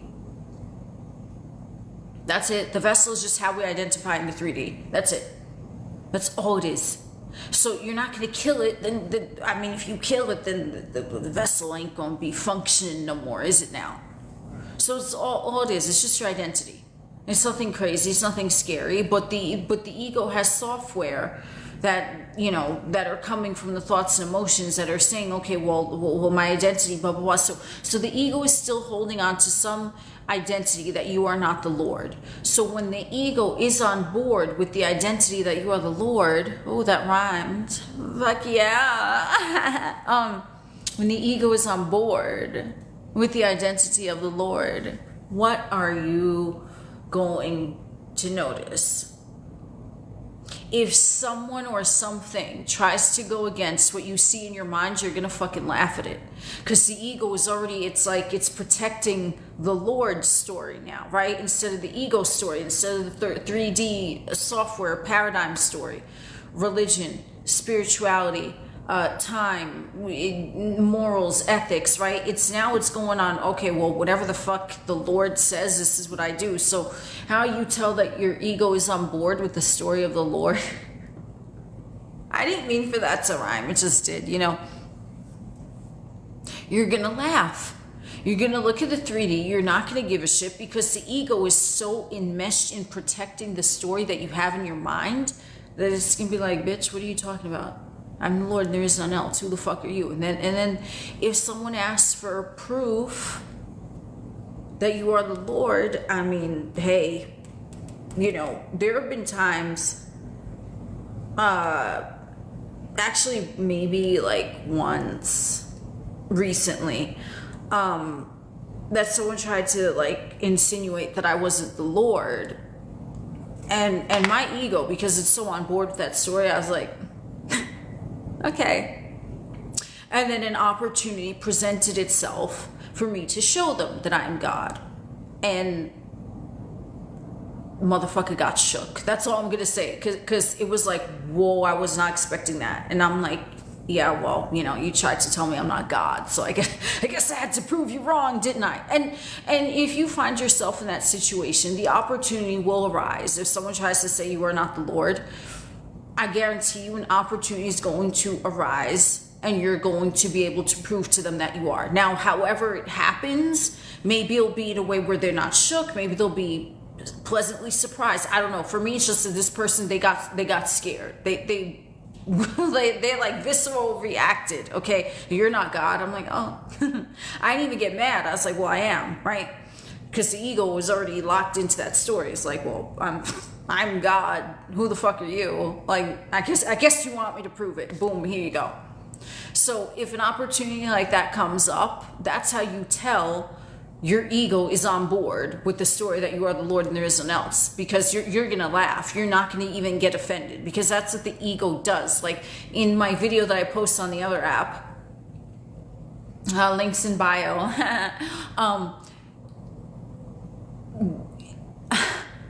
What was I gonna say? Oh God, I was gonna say something. Fuck, man. God created man in his image. Was it that? No, I was saying something about the Lord. Hold on. This is what happens when you think too fast. You have Mercury in the 3rd house. Oh my God. Okay, well, maybe I was meant to like fucking brain freeze in that moment. But anyway, so on the video that I have in the other app, let's see if it comes. I'm Lord and there is none else. Meat suit. God created man in his image. You're gonna laugh at 3D circumstances. You're not gonna give a shit if your ego is on board with accepting that you are the Lord. Wow, that totally eludes me. Okay, so let me change the topic because I have no fucking idea. Like I was gonna say something about, and the thing that I can say is that there's something that I touched on in a video that I recently posted, my most recent video on the other app. You know what I'm talking about? And it gets more into this, okay? So basically, when your ego has accepted your new identity, right now the ego, because that's the only thing that it can do, it has the parameters to protect and preserve the narrative that's going on, the dominant narrative, okay? So when you say you are the Lord, then that's it. You're gonna laugh at anyone or anything that tries to tell you otherwise. And because the ego is on board with it, it's like, you want me to show you? It's like that. It's like that type of energy. So that's how you can tell when you've really calibrated to the knowingness that you are the Lord, is that there is not going to be anything. Oh, that's it. Oh, yes. Man takes seriously what the gods made for fun. That's what I was going to say. There we go. You see, I just talk and then shit just comes full circle, doesn't it now? So man suffers because he takes seriously what the gods made for fun. That's how you know that the ego is on board with the story, because you're a man, or, you know, this is not about like a gender, but like your physical meat suit, okay? Ooh, I love that gift. Thank you. That's fucking lit as fuck. So man suffers because he takes seriously what the gods made for fun, okay? I get more into that in my most recent video on the other app. Link in bio. Hey, shameless plug. Cool. So what that means is that your God self is so like, bro, I'm the Lord and there is none else. Who fuck you talking to? You know what I mean? So it's like, okay, they're laughing at anything that the ego, the man, right, the meat suit, something in the flesh could present that is trying to tell you you're not God. God is laughing at it. Okay, it's like, what? Like, what do you mean I'm the Lord and there isn't else? That's like someone comes up to me and tells me my hair is pink. I'm be like, bitch, the fuck you on? You know what I'm saying? Because it's not like, and I know that, right? So if there is a situation in 3D that presents itself to you, or someone tries to tell you something, or whatever the fuck it is, 3D, man suffers, okay? So if you are in the ego mindset and the ego is defending a third dimensional, I guess fourth dimensional, because thoughts and emotions are like kind of fourth dimensional. The 3D ego self, right, is defending a fourth dimensional program of thoughts and emotions that are not in alignment with the fifth dimensional and up God self. It's going to suffer. It's like, oh no, that program, that program is greater than me, right? Like, and it's going to suffer. Whereas that same situation can be presented to someone whose ego is defending the God state, and it's like, bitch, the fuck? I'm the Lord and there is none else. Get this riffraff out of here. That's going to be the difference. That's how you know that your ego is on board with the story, the favorable narrative. If a similar situation, I always say this, if a similar situation pops up and you are able to look at it differently, if you're able to laugh at it, that's how you know you have truly changed. Because your ego is now defending the story that you want, right? The chosen story, the God narrative story. Because anything that comes from God is not going to feel like shit, and that's the truth. So that's also how you can tell if there's something fear-based, it's not coming from God, because fear-based is going to make you feel a certain uncomfortability in your vessel. What comes from God is just knowing. Okay? So there have been some instances, okay, where I've spoken to individuals and they might be consciously manifesting something, but then underneath that, they're like, no, but I know this is going to happen. And I'm like, okay. And remember what I said earlier about in alignment. What is the next thing that jumps into your mind when you think of this topic? That's where you're at. That's what's going to happen. Okay. They just know that that's the thing. And it can be something that they perceive as good. It can be something that they perceive as bad. But if you just know something, okay, and I've had this experience where I was consciously focused on something else, okay, and I'm like, here's my attention, here you go. But then I knew underneath that, and here's the thing where it's like discernment, okay, because your intuition is always speaking to you, but a lot of times like that conscious mind chatter can get in the way. But when your intuition tells you something, it's not going to be something that you're consciously even going to feel like you need to affirm for.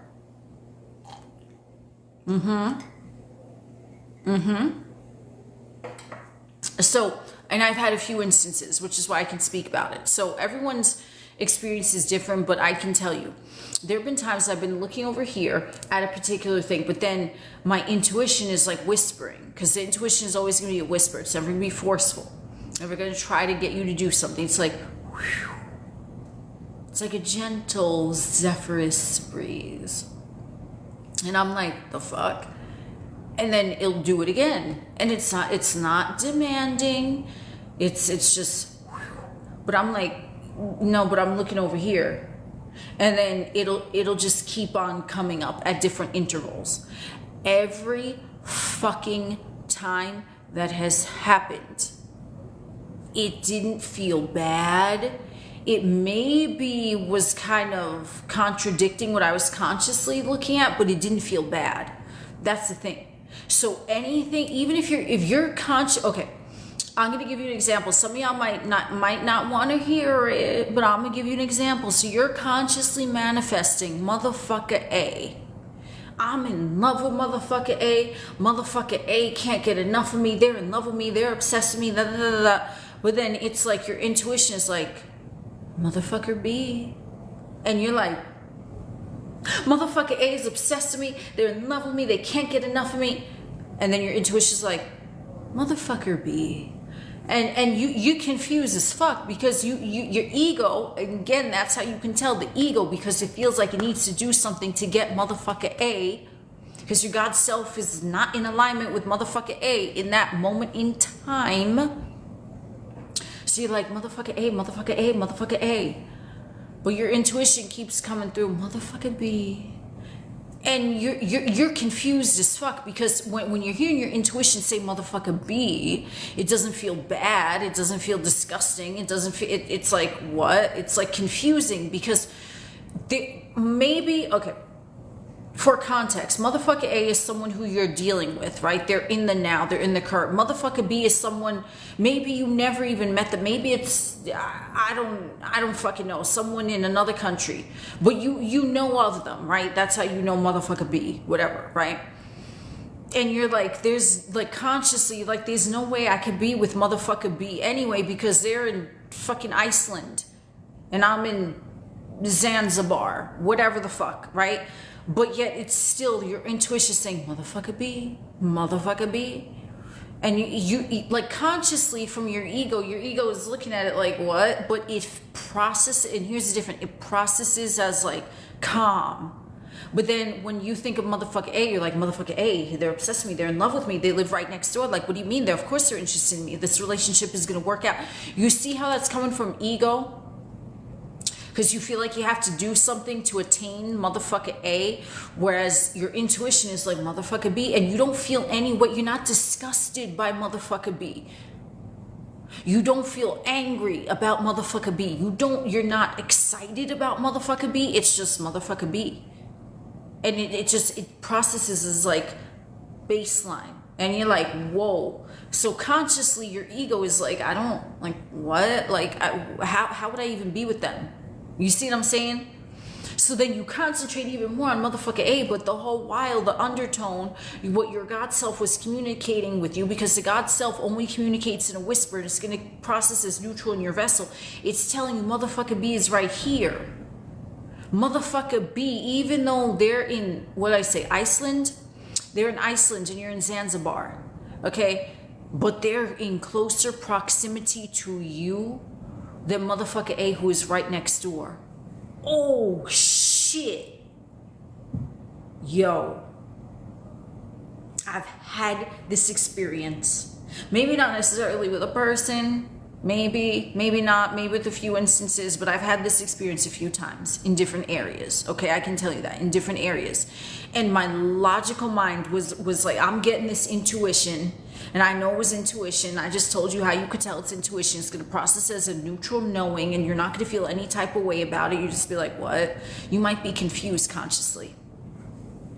But that thing is in closer proximity to you. Because remember, the God self sees into all timelines at once, and it sees where you're at. So your ego can only see what's in the 3D, right? Well, this makes logical sense. They're right next door and we're perfect for each other and blah, blah, blah. But like your God self is like, but you're actually closer to this timeline.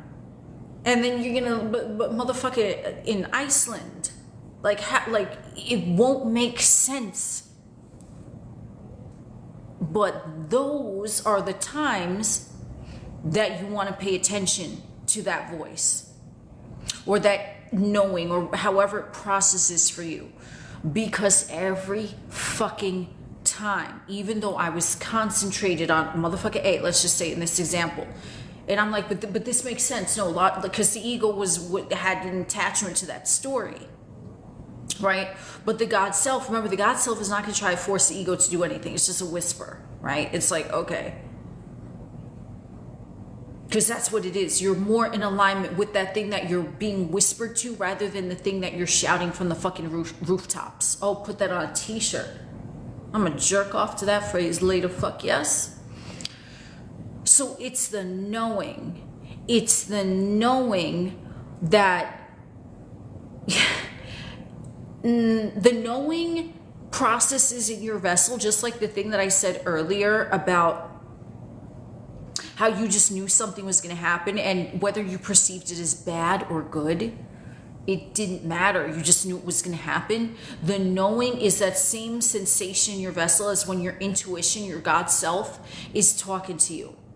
And it's just going to be a no. And you're like, motherfucker B, like, why is this? And it might not make fucking sense. But if something keeps, and here's the thing, right? Here's how you also tell the difference between ego and intuition. The ego is going to be looking logically. Motherfucker A is right here. It makes sense on paper. But to the God self, there is no time, there is no distance, there's no fucking paper. It just is. So it's like, well, we're in alignment with motherfucker B. Okay. I'm trying to give you the memo, but you're still over here looking at motherfucker A, but I don't care because I'm already in alignment with it. So why am I going to fucking shout at you? Right? And again, that's the breeze. You either have the back to the wind or you have the wind facing you and you're trying to charge on through some fucking 60 miles an hour wind, and where the fuck are you going to go? Nowhere. Or if you're going to get somewhere, you're going to get there really fucking slow. And you got to fight. You got to struggle along the fucking way. But then motherfucker B, and you're like, okay. But even though motherfucker B was in Iceland and you were in Zanzibar, the way was fucking made as long as you fucking surrendered to it. You're like, well, I keep getting motherfucker B. I mean, motherfucker A, they're cool, they're here, but you know what? All right, show me. Motherfucker B, what you got? The way will be fucking made. And the times that this has happened with me, it has been less than an hour before I went to sleep that night, less than 24 hours since I fucking surrendered to what the intuition told me in different areas of my life, different areas, okay? Not just relationships. I know I used a relationship one, but I'm like, and I'd be confused as fuck because the ego was like embroiled in that story of whatever the fuck I was looking at, but then like the intuition was just calm and I was like, what the fuck? So it's like someone is going to come on here and they might try to argue. They're like, oh, but that's not manifestation then. Are you saying that there's destiny, that your God self is giving you things like that you're destined to do or that you're destined to be with someone or whatever? Bro, destiny is what you fucking make of it.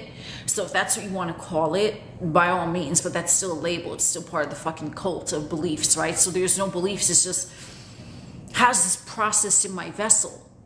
Because that's going to be easy. And every fucking time, even if it didn't make sense, it always turned out better than I fucking expected when I fucking surrendered. And I was like, okay, all right, let's do this then. God self, show me.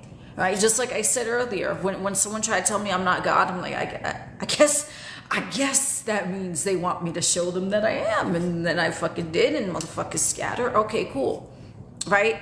So it's the same thing. I'm like, all right, you're whispering these sweet nothings in my consciousness. I call it the voice. And my voice, I just call it the voice. It's never fucking wrong. So I'm like, all right, you want me to look over here? Fine. You do it. It's always happened instantaneously. And whatever the thing was that was being whispered to me always worked out perfectly, better than I expected, better than I could have logically from the ego perspective been like, oh, but this is, I'm looking over here and it makes sense. No, the thing that was being whispered out perfectly, better than I expected, better than I could have logically from the ego perspective been like, oh, but this is, I'm looking over here and it makes sense. No, the thing that was being whispered to me inside is 2020. God, even as a bridge of incidents is not experienced,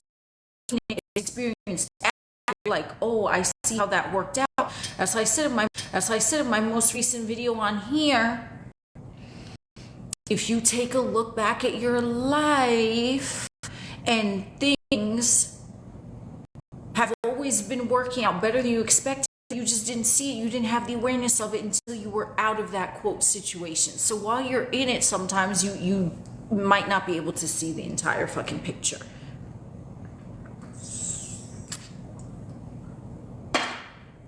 So I don't know where the fuck I was going with that, but basically intuition, yes, it still is manifestation because you're just choosing now not to fight against what your God self has already assumed.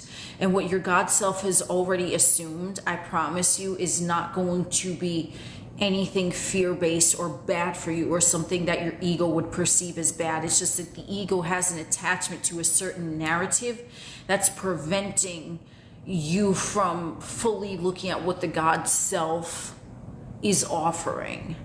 So it's like the next time you hear your intuitive voice, just be like, yo, this is a gift from God. It's telling me do this, and it's going to process as a knowing. It's not going to process as anything that you have to overanalyze, and it's not going to feel like you have to do anything. It's just like, okay, you're showing me this, you're telling me this, you do it. That's it.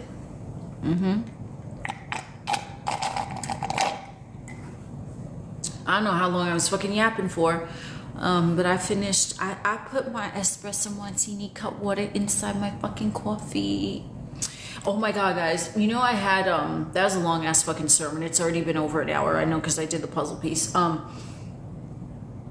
had an espresso martini cup water. It took me 3 days to finish it. I finally finished it today. Wow, man, I am a super fucking lightweight, but I mean, it is what it is. So that's you know, I just have my trance music on and we're jamming over here. So now I can get to the chat. I wasn't even looking at the chat. I just saw like random, all my friends pop in. What's up? Thank you everyone for joining, and for the gifts, and for the likes and the shares and the comments. Let's see if anyone has a question. I don't know if I wanna. Oh shit! I had no idea what time it was, but time doesn't exist. So.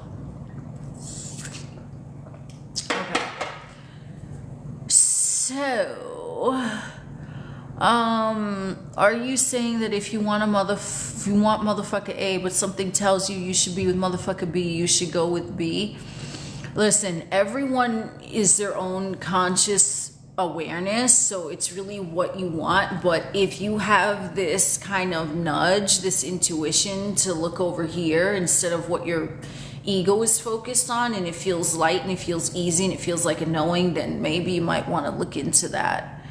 Ooh, hey Cheryl, what is up, gorgeous? You're drinking mango margarita, holla. Ooh, those are good. You manifested me today. Nice, love it. You could listen to me all day. Oh, thank you, I appreciate that. Oh, my AI summary bot is in the chat. Exploring intuition and following your God self guidance. Share your story. Oh my goodness. It's good, but pineapple is better than strawberry. The strawberry one is still gonna be my favorite. I like the espresso one because I get to put in my fucking coffee. But like I said, it's like thick, you know what I mean? Even some of the mango margaritas, I have to say, some of them take me like 3 days to finish. But I'm a super lightweight. Is there a way for you to manifest weight loss and PCOS leaving? Well, for starters, you're not gonna focus on them as being problems. You're gonna look at your ideal weight, whatever that is to you, and you're going to say that you're perfectly healthy, mind, body, and soul, and then that's what it is. Oh, espresso has dairy. Yeah, I'm okay with dairy. I mean, if you're not, then you might want to stay away from that. But wait, espresso has dairy? I don't know. I have no idea. I thought espresso was just like a shot of like coffee. I didn't know that they added anything, but maybe they do add it because it's a cut water. So of course they would.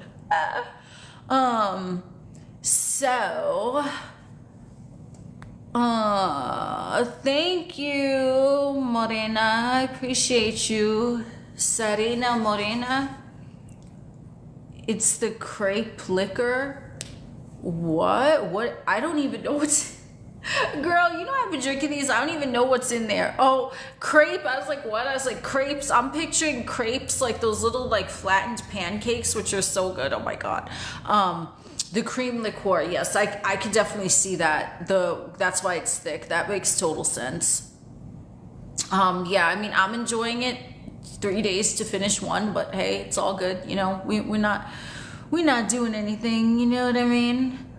What is the best way to manifest sobriety from a medication that you are physically dependent on? You want to stop saying, number one, the internal narrative that you're physically dependent on it.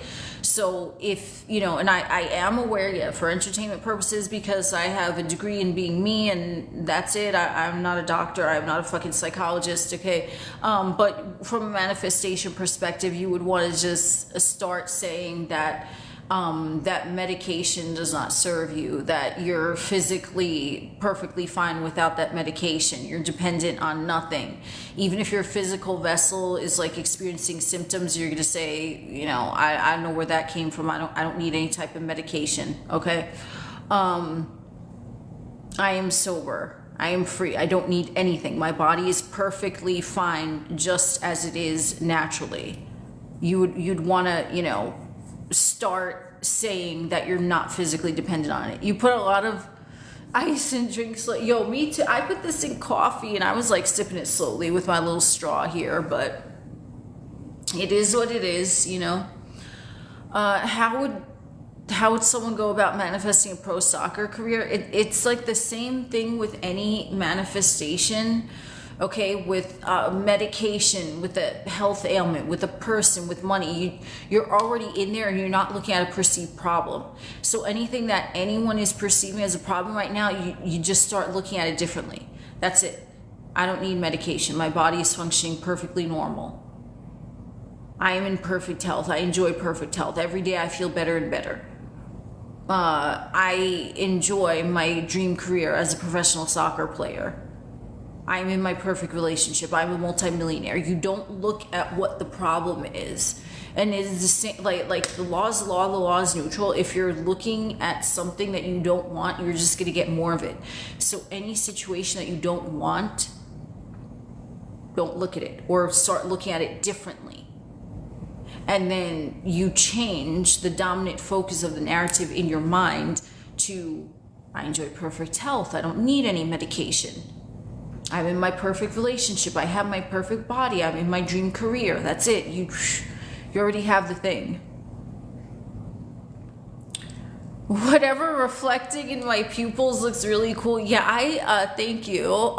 Yeah, this light, this is a new addition over here, and I love this light. It makes it look like I have stars in my eyes. I'm so excited. Like, I was looking at that. I was like, oh my God, I look like I have stars in my eyes.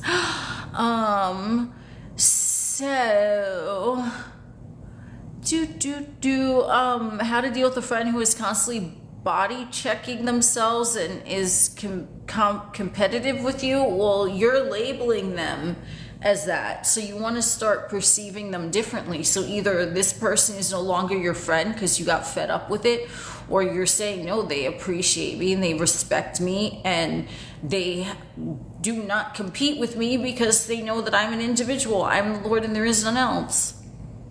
That's it. Like, you don't want to perceive anyone as being derogatory or rude or anything towards you. Just like I said kind of in the beginning, even if there's individuals that in your life you want them to like start talking about manifestation, shit like that, then you're not going to perceive them as like, oh, well, they're super religious, so they're not going to believe in manifestation. I don't know why I'm doing these like text thumbs, but it's all good. I don't even text in my thumb. I don't think I do. Maybe one thumb. But you don't want to perceive someone in an unfavorable way. So it would be the same thing. It'd be the same thing. You would just not perceive someone as wanting to compete with you, or you would not want to perceive someone as ghosting you. You not want to perceive someone as ignoring you, right? Like a lot of things, especially when it's with like other people, it's like I hear this so many times, and like the individual will be so fixated on the past of what happened or on like the circumstances currently. And if the only thing they did was just take their awareness off of the past and off of the perceived current circumstances that they're viewing as unfavorable, they would see a whole lot of fucking movement. So you have to be the fucking boss, and you have to say, yo, what do I want out of this motherfucker? Okay, that's it. I decided. I'm the Lord and there is none else. Now this motherfucker shows up perfectly for me. That's it. But you don't go to the past, because remember, any person who you keep going to their past, and if you are finding the past unfavorable, you're continuing that identity of them.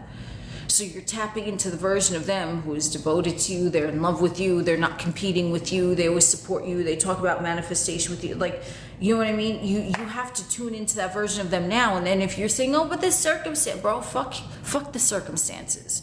If you're looking at circumstances and you're looking at the past, then you're gonna be manifesting that motherfucker for a while. I promise you.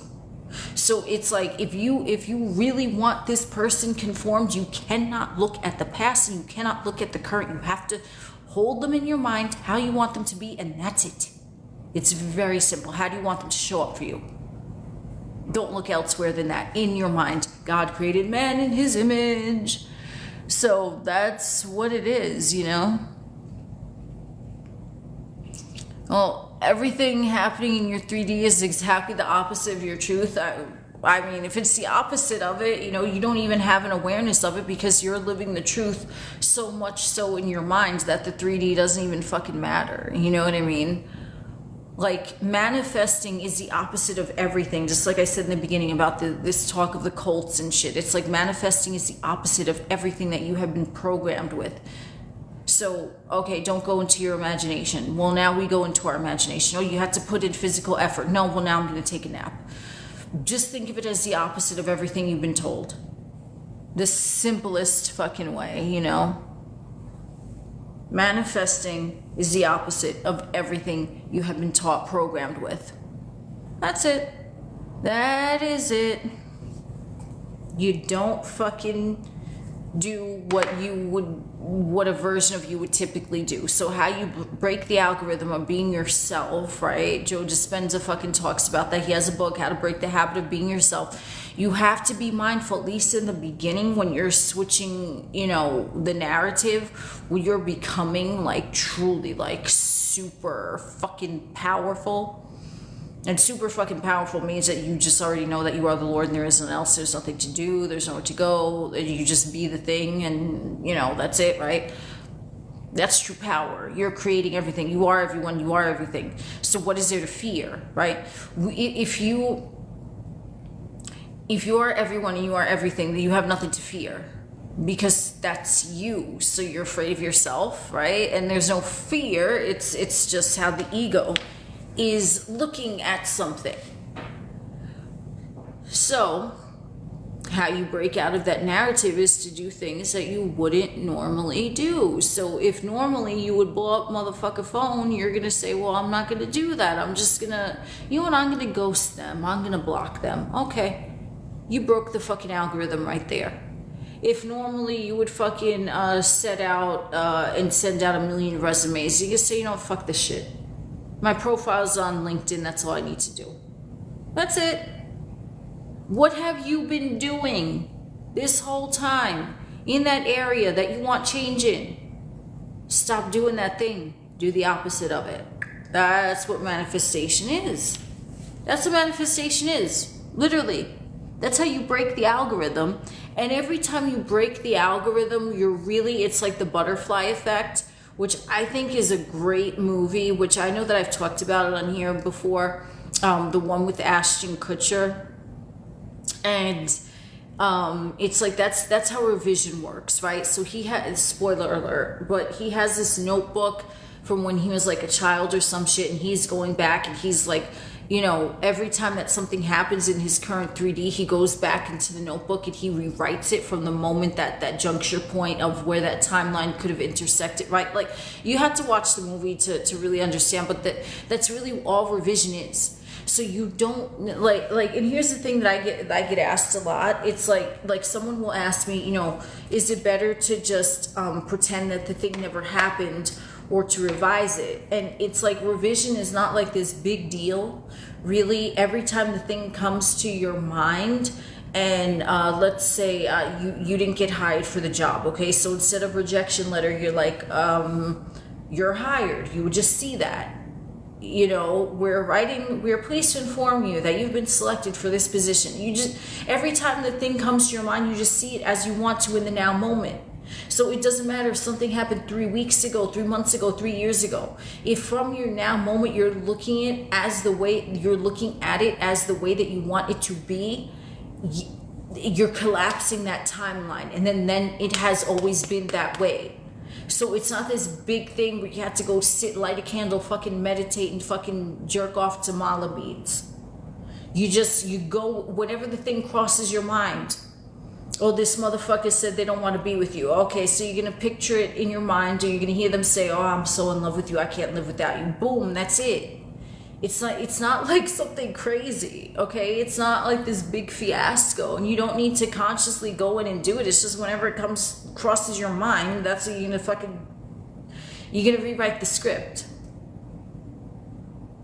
And as far as pretending something never happened, I mean, for me, that's easy. For someone else, if it's easy, it's easy. If it's not, then you would revise it. But that never happened. What are you talking about?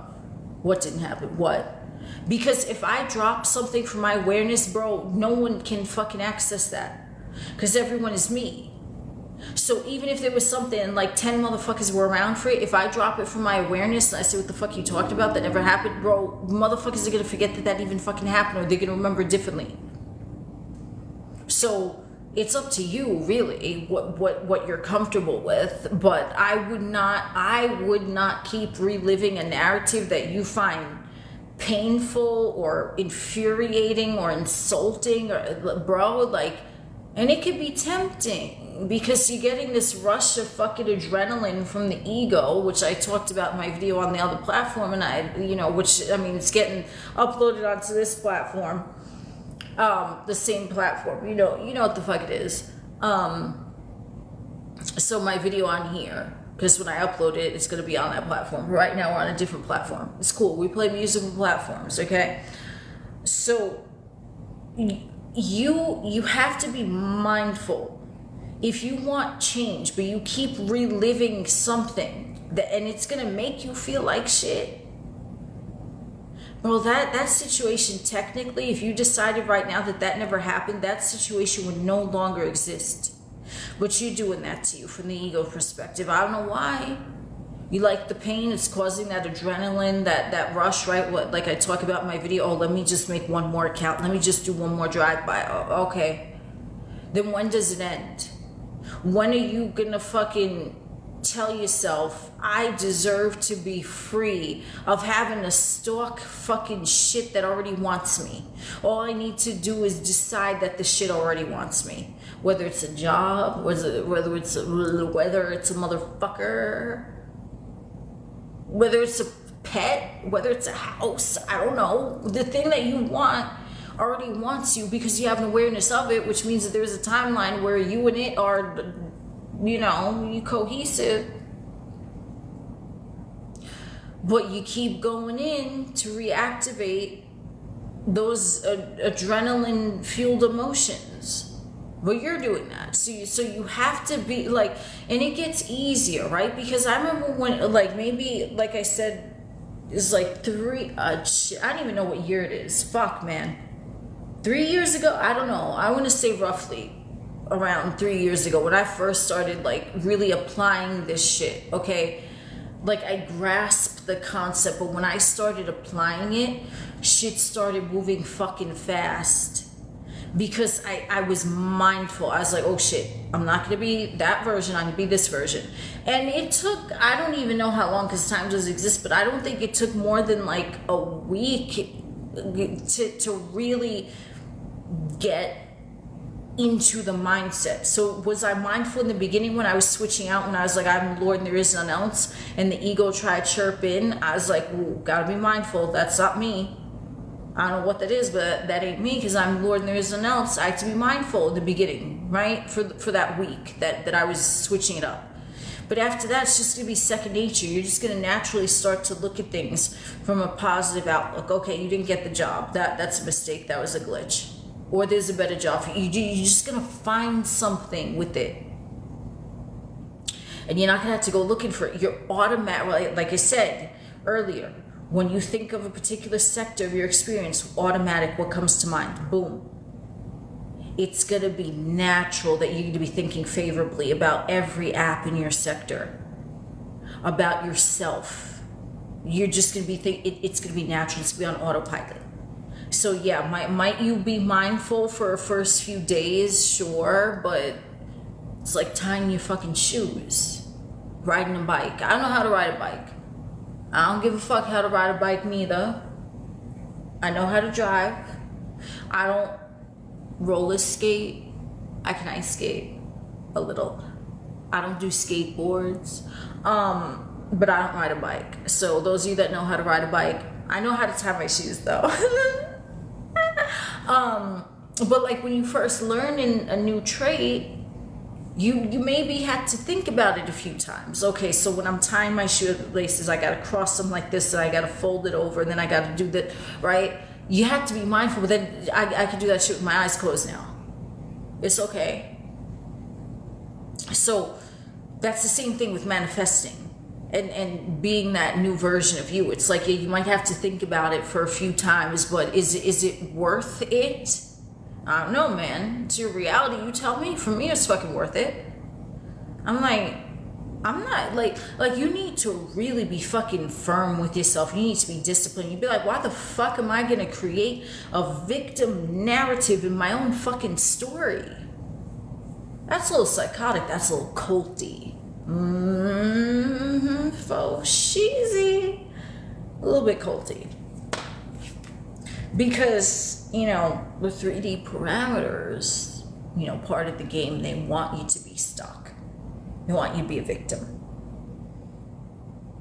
Or at least that's like part of the game, right? Like whoever invented the game, it's like, oh, I'm choosing to play it, so I know that there's some rules out of the game, and once I bypass these rules, I connect back to source, and the rules don't apply to me because I'm seeing above and beyond them, and I realize that they don't even exist. But part of the parameters of the game, in my opinion, is that you agree to forget that you are the Lord, and then you are the Lord and there is none else, and you part of that agreement is like, oh yeah, the character might be brainwashed into thinking that the outside is real and that someone else has power over them and that there are others doing things to them, but it really isn't. And once you come out of that mindset,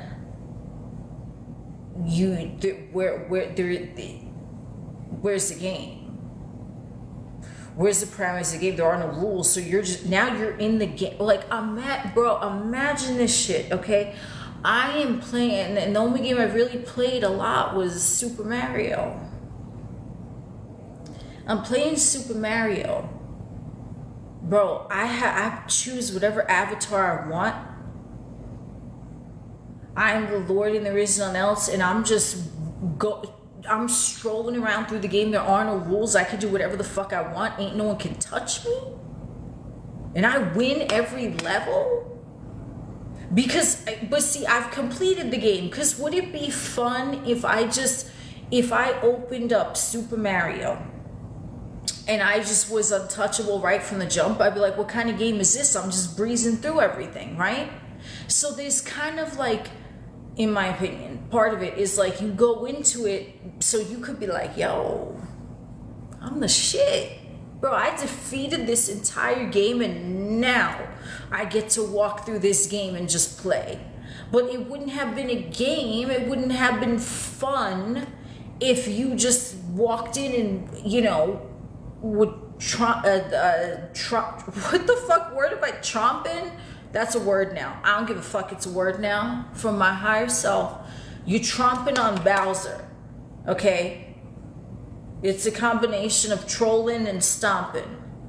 You tromping on Bowser. Right away. Okay, what kind of game is this? I'm just going through every level. Like, is it like, right? So it's like part of the fun is like, ooh, you level up, you skilled. So now it's like, you could go through all the levels and you're adept at every single one of them. You see and you know, and this is part, like, so with the Earth Matrix, right? You see the Koopa coming. You know when it's going to come out because it's part of the parameters of the game. And you're like, oh, I know just when to jump. You can predict it. And that's how you're going to start looking at things in 3D. when you are in that consciousness where you've completed the level of the game and you see that it is a game and there are no rules, but you kind of believed that there were rules to make it appear like it was real, but now you're above and beyond that. You could just go and do whatever the fuck you want because there are no morals, there are no ethics, there's no religion. There's no right, there's no wrong, there's no good, there's no bad. There's just, hey, I'm doing this now. This is what it is, right? And you're beyond fear and anxiety and doubt and shame and all of that shit. And you're not in a constant state of euphoria, but you're just breezing through. You're having fun. You're like, woo, yeah, I jumped over that duck. Koopa, I call them ducks. Motherfuckers like to say they're turtles, but to me they look like ducks. I don't give a fuck. You're jumping over because you know when it's going to appear. So you're going to start to be like that with the 3D when you see a pop culture story or a news story or something. You'd be like, oh, yeah, okay, I see it. Because I fucking, and this is maybe a topic for another time. If some of you are really interested in like how to see through the fucking Earth Matrix official narratives, because I see so much shit in official narratives, I'm like, oh, yeah, that's part of the game. I don't even take it seriously because I see the symbolism in it. Because that's also, you know, again, it's an acquired fucking niche. But for those of you that know, you see through the fucking Earth Matrix narratives and you're like, oh, here's a story.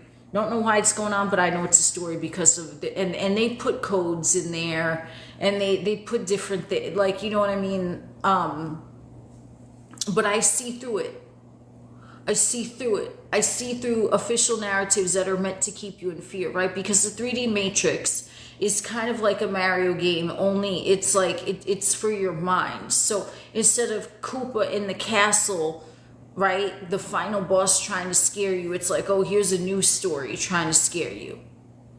It's it's similar, you know, it's just one is like mental manipulation for strictly entertainment purposes because I know what the fuck I'm talking about, and the news is very fucking real. Yes, it is, absolutely. So real, so fetch.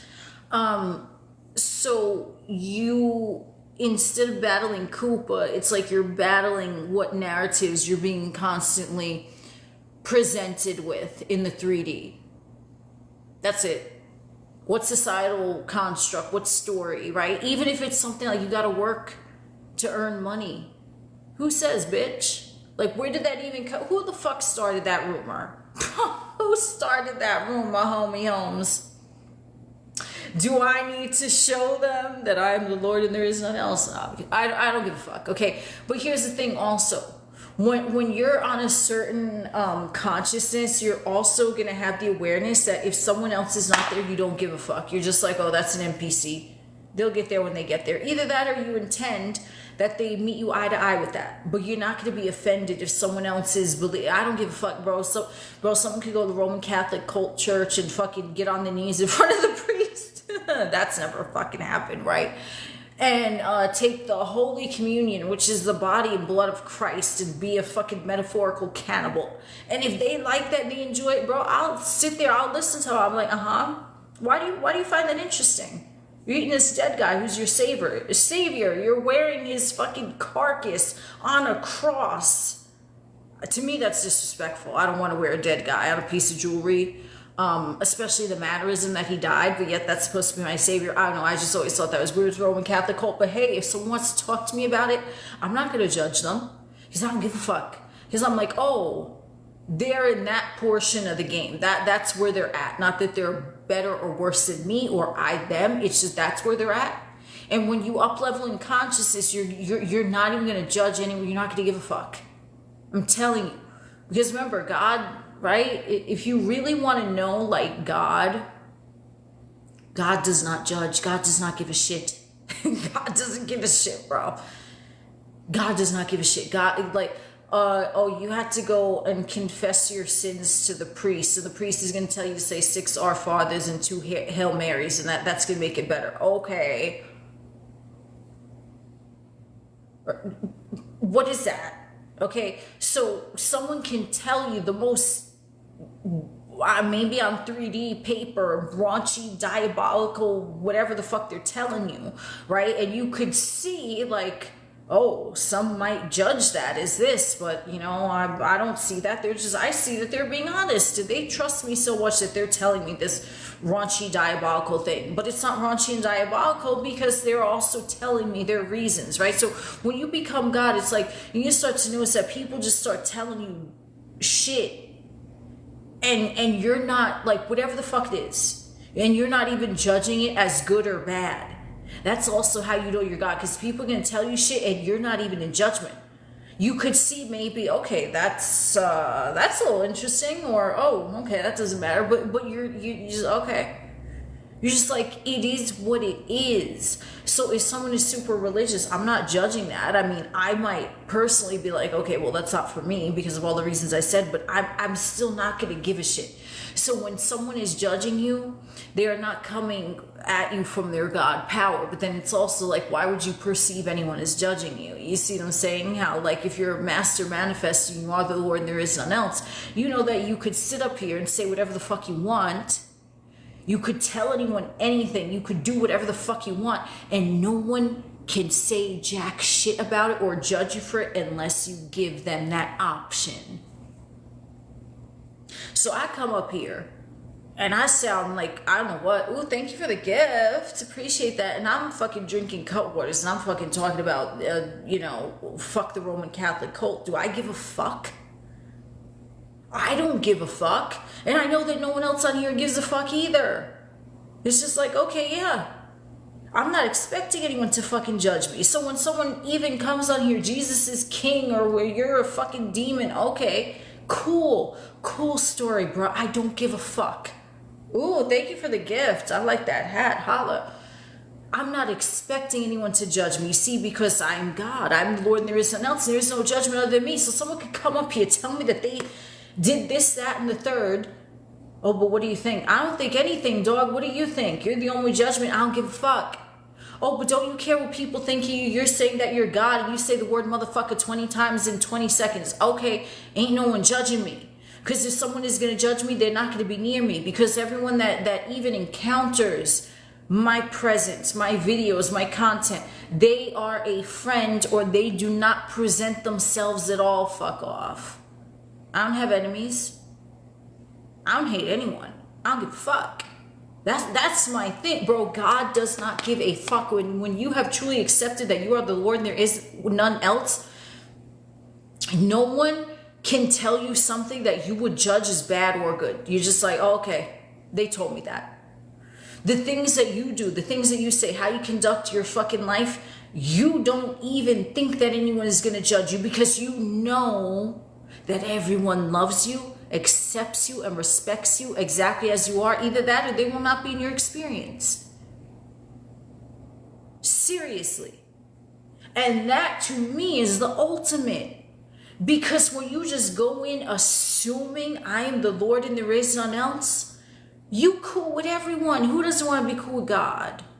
So you're not even going to encounter someone that's an enemy, because you have no enemies. So why would you perceive someone as being your fucking enemy? Why the fuck would you do that? If someone is telling you something that they are saying it's personal, why would you judge them? Bro, they're entrusting their personal story with the Lord. That's all it is. They had no one else to tell that to. They opened up to you. You gonna judge that? You're gonna be fucking like, yeah, well, I appreciate that they're sharing this with me. That means they trust me because I am the Lord and there is none else. Oh, I'm doing this. I'm living my lifestyle like that. I say I get paid to exist. I'm the Lord and there is none else. No one's judging me. No one gives a fuck. You could sleep till fucking 3 o'clock in the afternoon every day. You're not lazy. You're doing the Lord's work, because consciousness doesn't shut off and you're sleeping, and in your dreams you're living your fucking ideal life. It's still fucking working.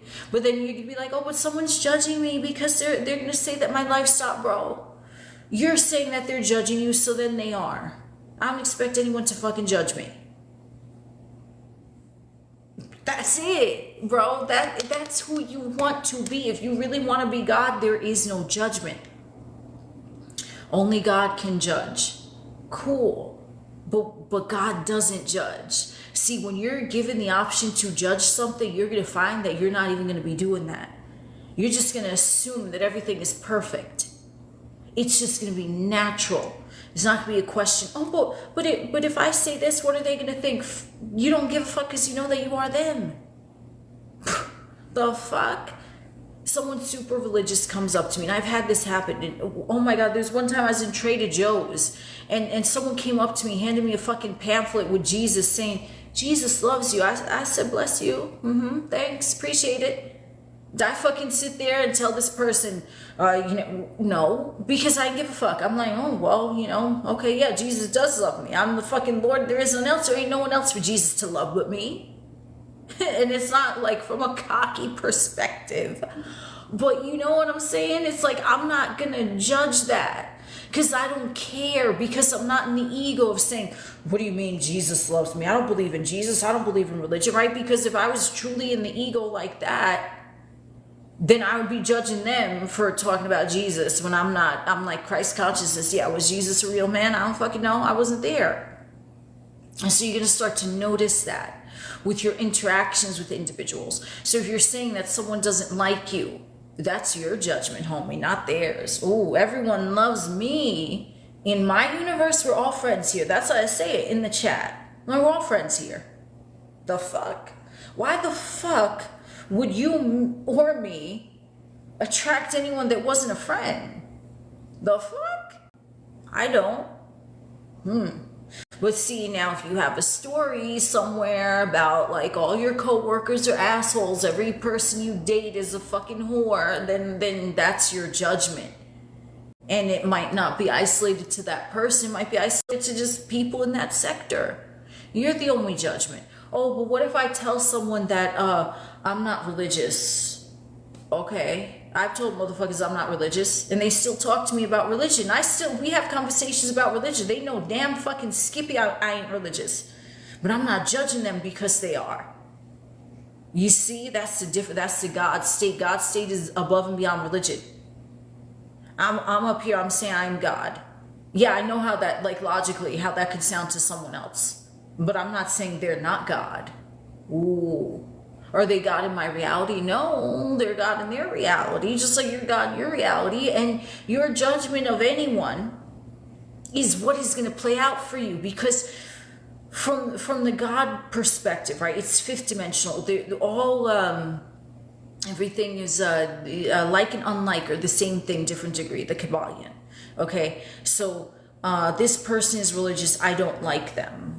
Okay, so now you tip the scale in that direction. So now they're going to give you reasons for them to shove their religion down your throat metaphorically, and give you more reasons for you not to like them because you declared that judgment. Whereas if someone is coming up to you, they say, I love Jesus, the body and blood of Christ. Oh, okay, cool. That works for you. That's great. What do you like about eating a fucking dead man and wearing his carcass as a piece of jewelry? What do you like about that?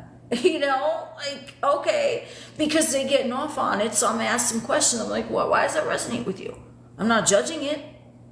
What the fuck? Because I'm the Lord. So why am I going to judge something I don't even care about? If you are judging something, especially if it's negative, you care. Yes, you fucking do. You could sit there 6 ways to Sunday. Today is Sunday, the day I'm filming it. And you could be like, I don't give a fuck. Yeah, you do, bitch. Because if you did not give a fuck, you just wouldn't give a fuck. You wouldn't need to fucking shout from the rooftops, I don't give a fuck. Make it make sense. Make it make sense. So if you hate something or someone, or you have anger or any type of especially negative emotion towards a motherfucker or a situation, or I know how it sounds, right? I'm talking about, I'm making fun of the fucking Roman Catholic cult. Yeah, I can do that because I had that experience. That's what I'm making a joke, right? But do I sit there and care? No. I have people who are practicing Roman Catholics. I don't give a fuck. We talk about it. I'm like, so what do you like about it? Like I said, I'm not judging them. I'm not saying they're better or worse than me. I'm better or worse than them. I'm just like, okay, they're into that. Some motherfuckers like fruit. I like vegetables. I don't care, right? But I don't have to say I don't care. Like for purposes of the video, I guess, but you know what I'm saying, right? If you are judging something poorly, unfavorably, it makes you feel angry, it makes you feel annoyed, it makes you feel like shit, it makes you feel sad. You are judging it. That is not godly, because God, like I said, is beyond judgment. God is just looking at things like it is. Yeah, they like fruit. I like vegetables from an ego perspective. Cool. Okay. That's godly. Oh, this motherfucker, they came into the office, they're eating an apple in front of me. They know I don't like apples, and the way that motherfucker crunches, it makes me fuck, like, bro. No one is making you feel or think anything. That's all coming from you. And as soon as you accept that and you stop judging motherfuckers, saying that this motherfucker don't like me, this motherfucker's trying to get at me, then yeah, you declared that. So God, right? So like, think of like what anyone's perception of a stereotypical God. God is all encompassing. God is all loving. God doesn't judge, but only God can judge me, right? So it's like a weird paradox, as is anything in manifestation. So you are creator of your experience, which that's just what being God means, right? You're the operant power. So if you want to place the word God with the operant power, the only one with the active controller, go right ahead and do that if you don't want to get it tangled up with religion, okay? But what being God really means is that you have the awareness and you understand that you're always the one in control. Even when motherfuckers say, well, you can't control the how. No, but you're in control of yourself, so you don't need to control the how. So if you know who you are and you know that like everything is perfect as it is right now, there's no judgment. You're not saying this motherfucker I can't stand because they like fruit or because they believe in religion that I don't. You're just like, oh, that's what it is. If I want to see them differently, then I'm going to say that they, now they started to realize that religion is a belief system, and fruit, if they want to eat fruit, that's fine, as long as they're not offering me any, because they know I like vegetables. You see, you constantly, you're not judging, but and in a way you are judging from like the ego perspective, right? So if let's say you're with a motherfucker and they always leave the toilet seat up, and you're observing it, right? But if you start judging it, saying, why does motherfucker always leave the toilet seat up? I can't believe I have to I always leave my toilet bowls all the way closed all the time, like everything closed, because I like that's just me. So toilet bowls are always completely closed. But if someone leaves the toilet seat up, am I gonna be in there and my judgment be like, oh fuck this shit? No, I'm gonna be like, oh, I saw that. To an extent, the ego judgment, what my physical vessel would prefer is a toilet seat closed. So I'm just going to say, okay, so-and-so, they always close the toilet lid. That's it. And there's nothing to judge, because you're God, you're the operant power. You rewrote the fucking script right then and there. So that's what you do if there is something that you're finding disturbing from the ego perspective. You're still not judging it, but in a way you are, which I know it sounds like a paradox. So it's like you're not judging it to the extent where you're going to get hell bent out of shape over it, but you're like, I witnessed that, but I prefer this. That's it. That's more neutral than someone, oh, you're leaving the toilet seat, or why am I texting it? I don't fucking know. But I'm going to just be like, oh, they did this. They started leaving the toilet seat completely closed, because I like my toilet bowls closed. Cool. So you're not judging them. Not saying that they're a filthy beast because they leave the toilet seat up. That would be like a harsh, like, oh, I got a story, I got a bone to pick with you. Like, no, you're just like, oh, well, I prefer this. Okay. That is the God state. So, and then again, here we go with the ego shit, right? You're not going to escape the ego, in my opinion, totally from a third dimensional vantage point. So in some extent, there's always going to be judgment, right? Like I'm judging right now that my physical vessel is not the phone that I'm speaking on. Okay, that's a judgment. Whereas like the God self, it's like we're all together. There is no time. You are me, I'm you, right?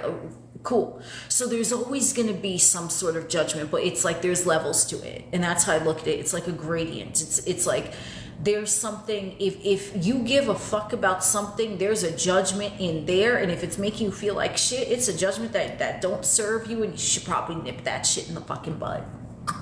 Just saying. Especially if you see a news story. If you see a news story or something, you getting riled up, and the news story is purportedly happening in an area where you don't even know anyone, so you can't vouch to say if the story is true or not. You just see, oh, this is happening in such and such area. Oh my God. Okay, well, then you have a judgment about that story. So what is it? why are you getting riled up about a story? You don't know if it's real or fake. You have a story in there, which is part of the 3D parameters. You have a story in there that's getting your emotions entangled in it, which are hence going to make the story larger to you specifically, because you're feeding into it. You're like, oh my God, but this narrative is saying that this is going on over here. I'm like, okay, so why did that story have this impact on your emotions? Because I've had that. Yeah, so I wouldn't fucking sit up here and talk out my ass. I've had that experience. When I would, in the past, former versions of me would see shit about like anyone harming an animal or something with an animal, I would be like, they would affect me emotionally because I love animals. But I'm like, why am I even getting emotionally invested in a story when, like, my animal, my friend's animals, they're all safe, right? Because in my realm, I'm controlling me, so I'm saying all animals that I see are always happy, healthy, and safe. Why do I care? Oh, because I care about animals, right? To an extent. I mean, I'm not all animals, like, I don't know, but like I have a thing with animals. Like, I think they're cute. I don't think anyone should harm an animal. Why would you want to do that? So yes, do I have a story about that? Yes, but I can now look at it. If I see something with an animal, I'm not going to get emotionally invested in it because I don't even know if this is true. The only thing that I can control from logical perception is me. So any animal that I see or encounter, they're safe and they're happy and they're healthy. That's it. So that's what you do with those narratives that are out there. Like, why? Like, you had to see, why are you even being affected? Because, like I said, you could shout from the rooftops, I don't give a fuck. But at the end of the day, if you give a fuck, you can't lie to your own fucking energy, dog. You fucking can't. And I know you want to. In certain instances, you want to. You want to say, I don't give a fuck. But you do. So how do you not give a fuck? Master the art of being God, really being God. And to be God is to understand that there is no judgment. No one is thinking anything of me outside of what I'm thinking. I only attract friends. I only attract like-minded individuals who love and accept and respect me exactly as I am right now, because right now I'm fucking perfect and everyone always and only meets me in my divinity and theirs. Oh shit, put that on a motherfucking sweatshirt. That's it. And if that's your dominant assumption, then that's how you're conducting yourself. You're not going to have an issue anywhere.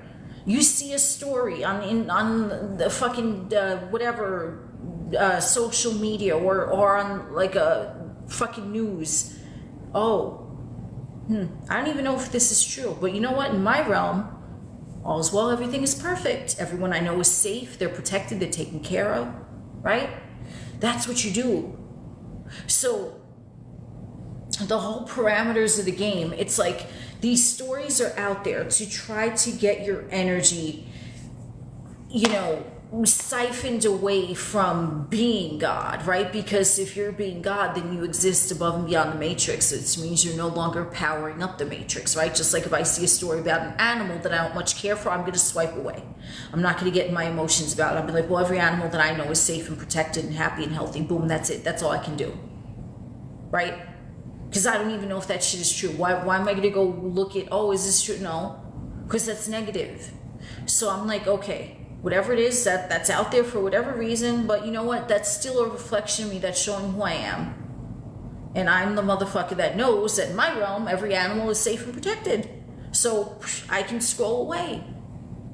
But if I had engaged with that story, now that story is getting my God source energy to give life to that story and not give life to the essence of my being and what I have going on in my universe. So how I counteract that is to switch that narrative and say, well, every animal in my realm is safe and protected and they're happy and healthy because I am. You see what I'm saying? So I'm the Lord and there is none else. I see something that's showing me who I am. Oh, I'm the Lord. Okay, so this just means that I'm gonna, I'm protecting every animal around me, or whatever the story, you know, I'm just using it as an example because that's my personal experience. Whereas, like, why am I getting so emotionally invested in a story about an animal that I don't even know if it's a real animal? I don't even know if this story is true.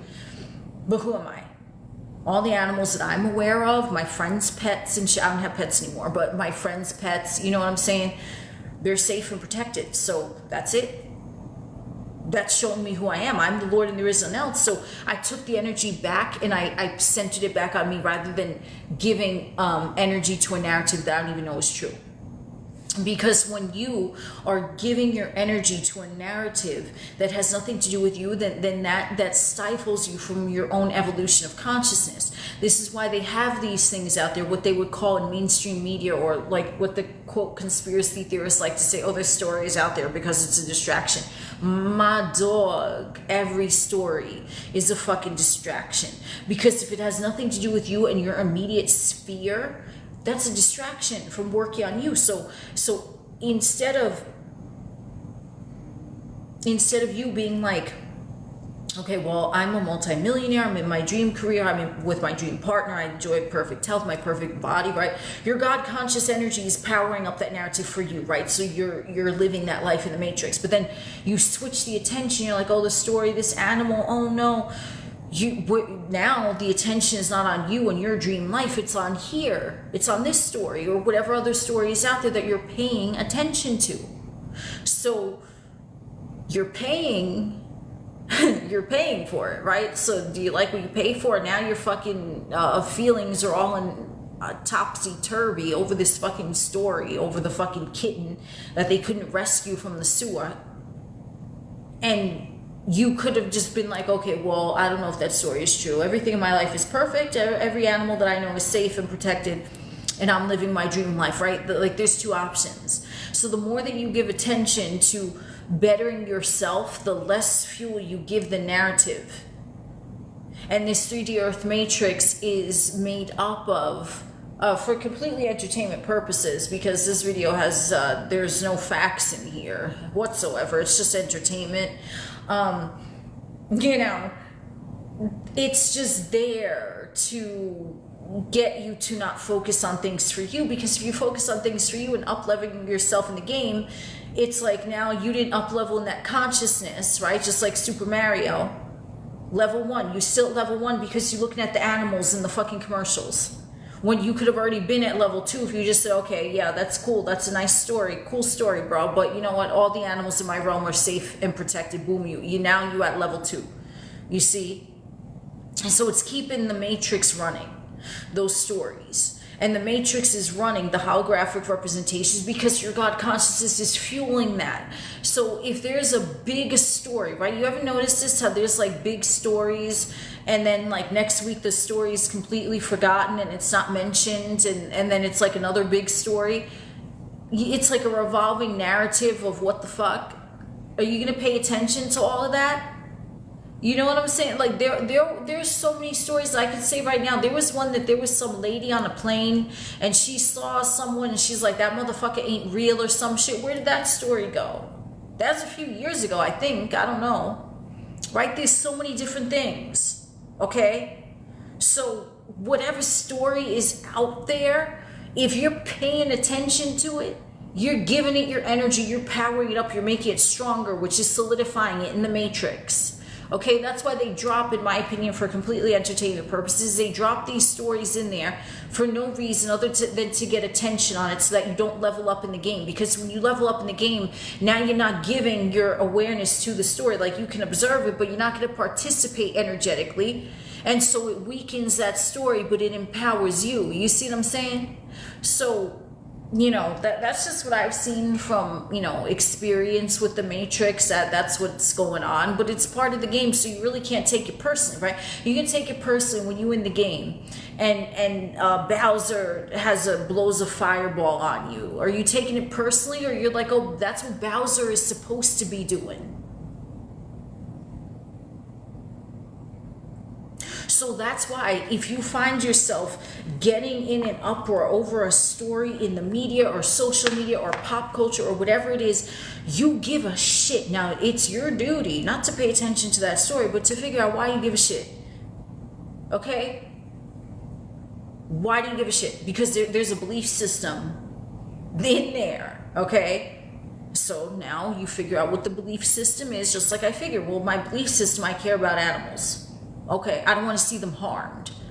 Am I gonna fucking pick up strays off the street? Absolutely not. But you know, I'm a little OCD with shit like that, so I wouldn't do that. But you know what I'm saying? Like, there's levels. I don't want to see an animal harmed. So I'm like, okay, that's a story. But you know what? I don't know if that's true. So okay, cool.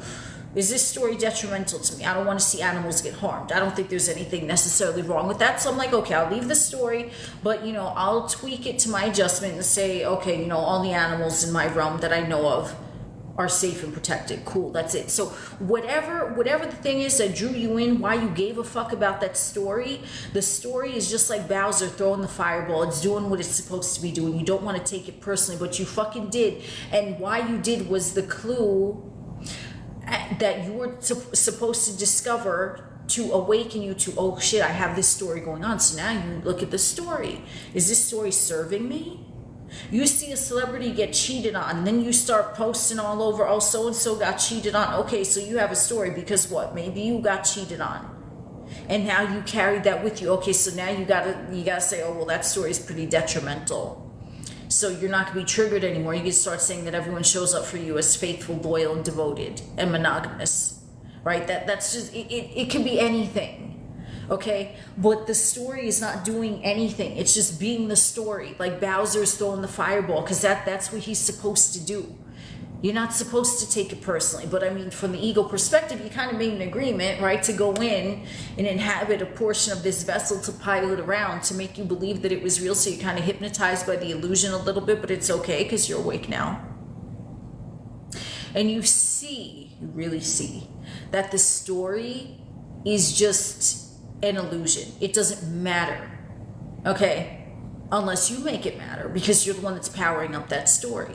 So the less power that you give to official narratives of pop culture, of news culture, whatever the fuck it is, religious culture, you're just like, okay, that's cool. Cool story, bro. Like, you have somewhat of a judgment where you're like, yeah, that's not for me, but I'm going to look over here. That's it. It's very simple. And this is where, like, when I say I live in my own world, and I've had this reflected back to me so much, where do I live? I row Delulu land. And we're all living in Delulu land. It's just I fucking admit it and I accept it. Maybe some of you do too. You're in Delulu land because you're creating things from your image. God created man in his image, in his mind, in the imagination. You're creating the next step of your physical meat suit. You're creating that, so you're always in delusion. When you thought the thing that was gonna happen, right, you didn't want it to happen, you judged it as bad, and it fucking happened. Were you not delusional? Before the thing happened, before you saw any sign of it in the 3D, you made an assumption this bad thing is going to happen, and then it fucking did. Was that not delusional? It fucking was. It sure as shit was. Oh, but it's only delusional if it's a narrative that serves you. No, it's delusional both ways, honey pie. But you just programmed, because that's part also of the parameters of the game. They say that good imagination is delusional and you shouldn't follow it. But bad imagination, you gotta be prepared. Prepared for what? Prepared for pleasure? Because I'm always prepared for fucking pleasure, you know what I'm saying? And then that's gonna be your dominant assumption. So, I don't know where the fuck I was going with this. I just went into a whole fucking spiel about the fucking media and matrix and narratives and all this. I don't know if that's everyone's cup of tea, but you know what?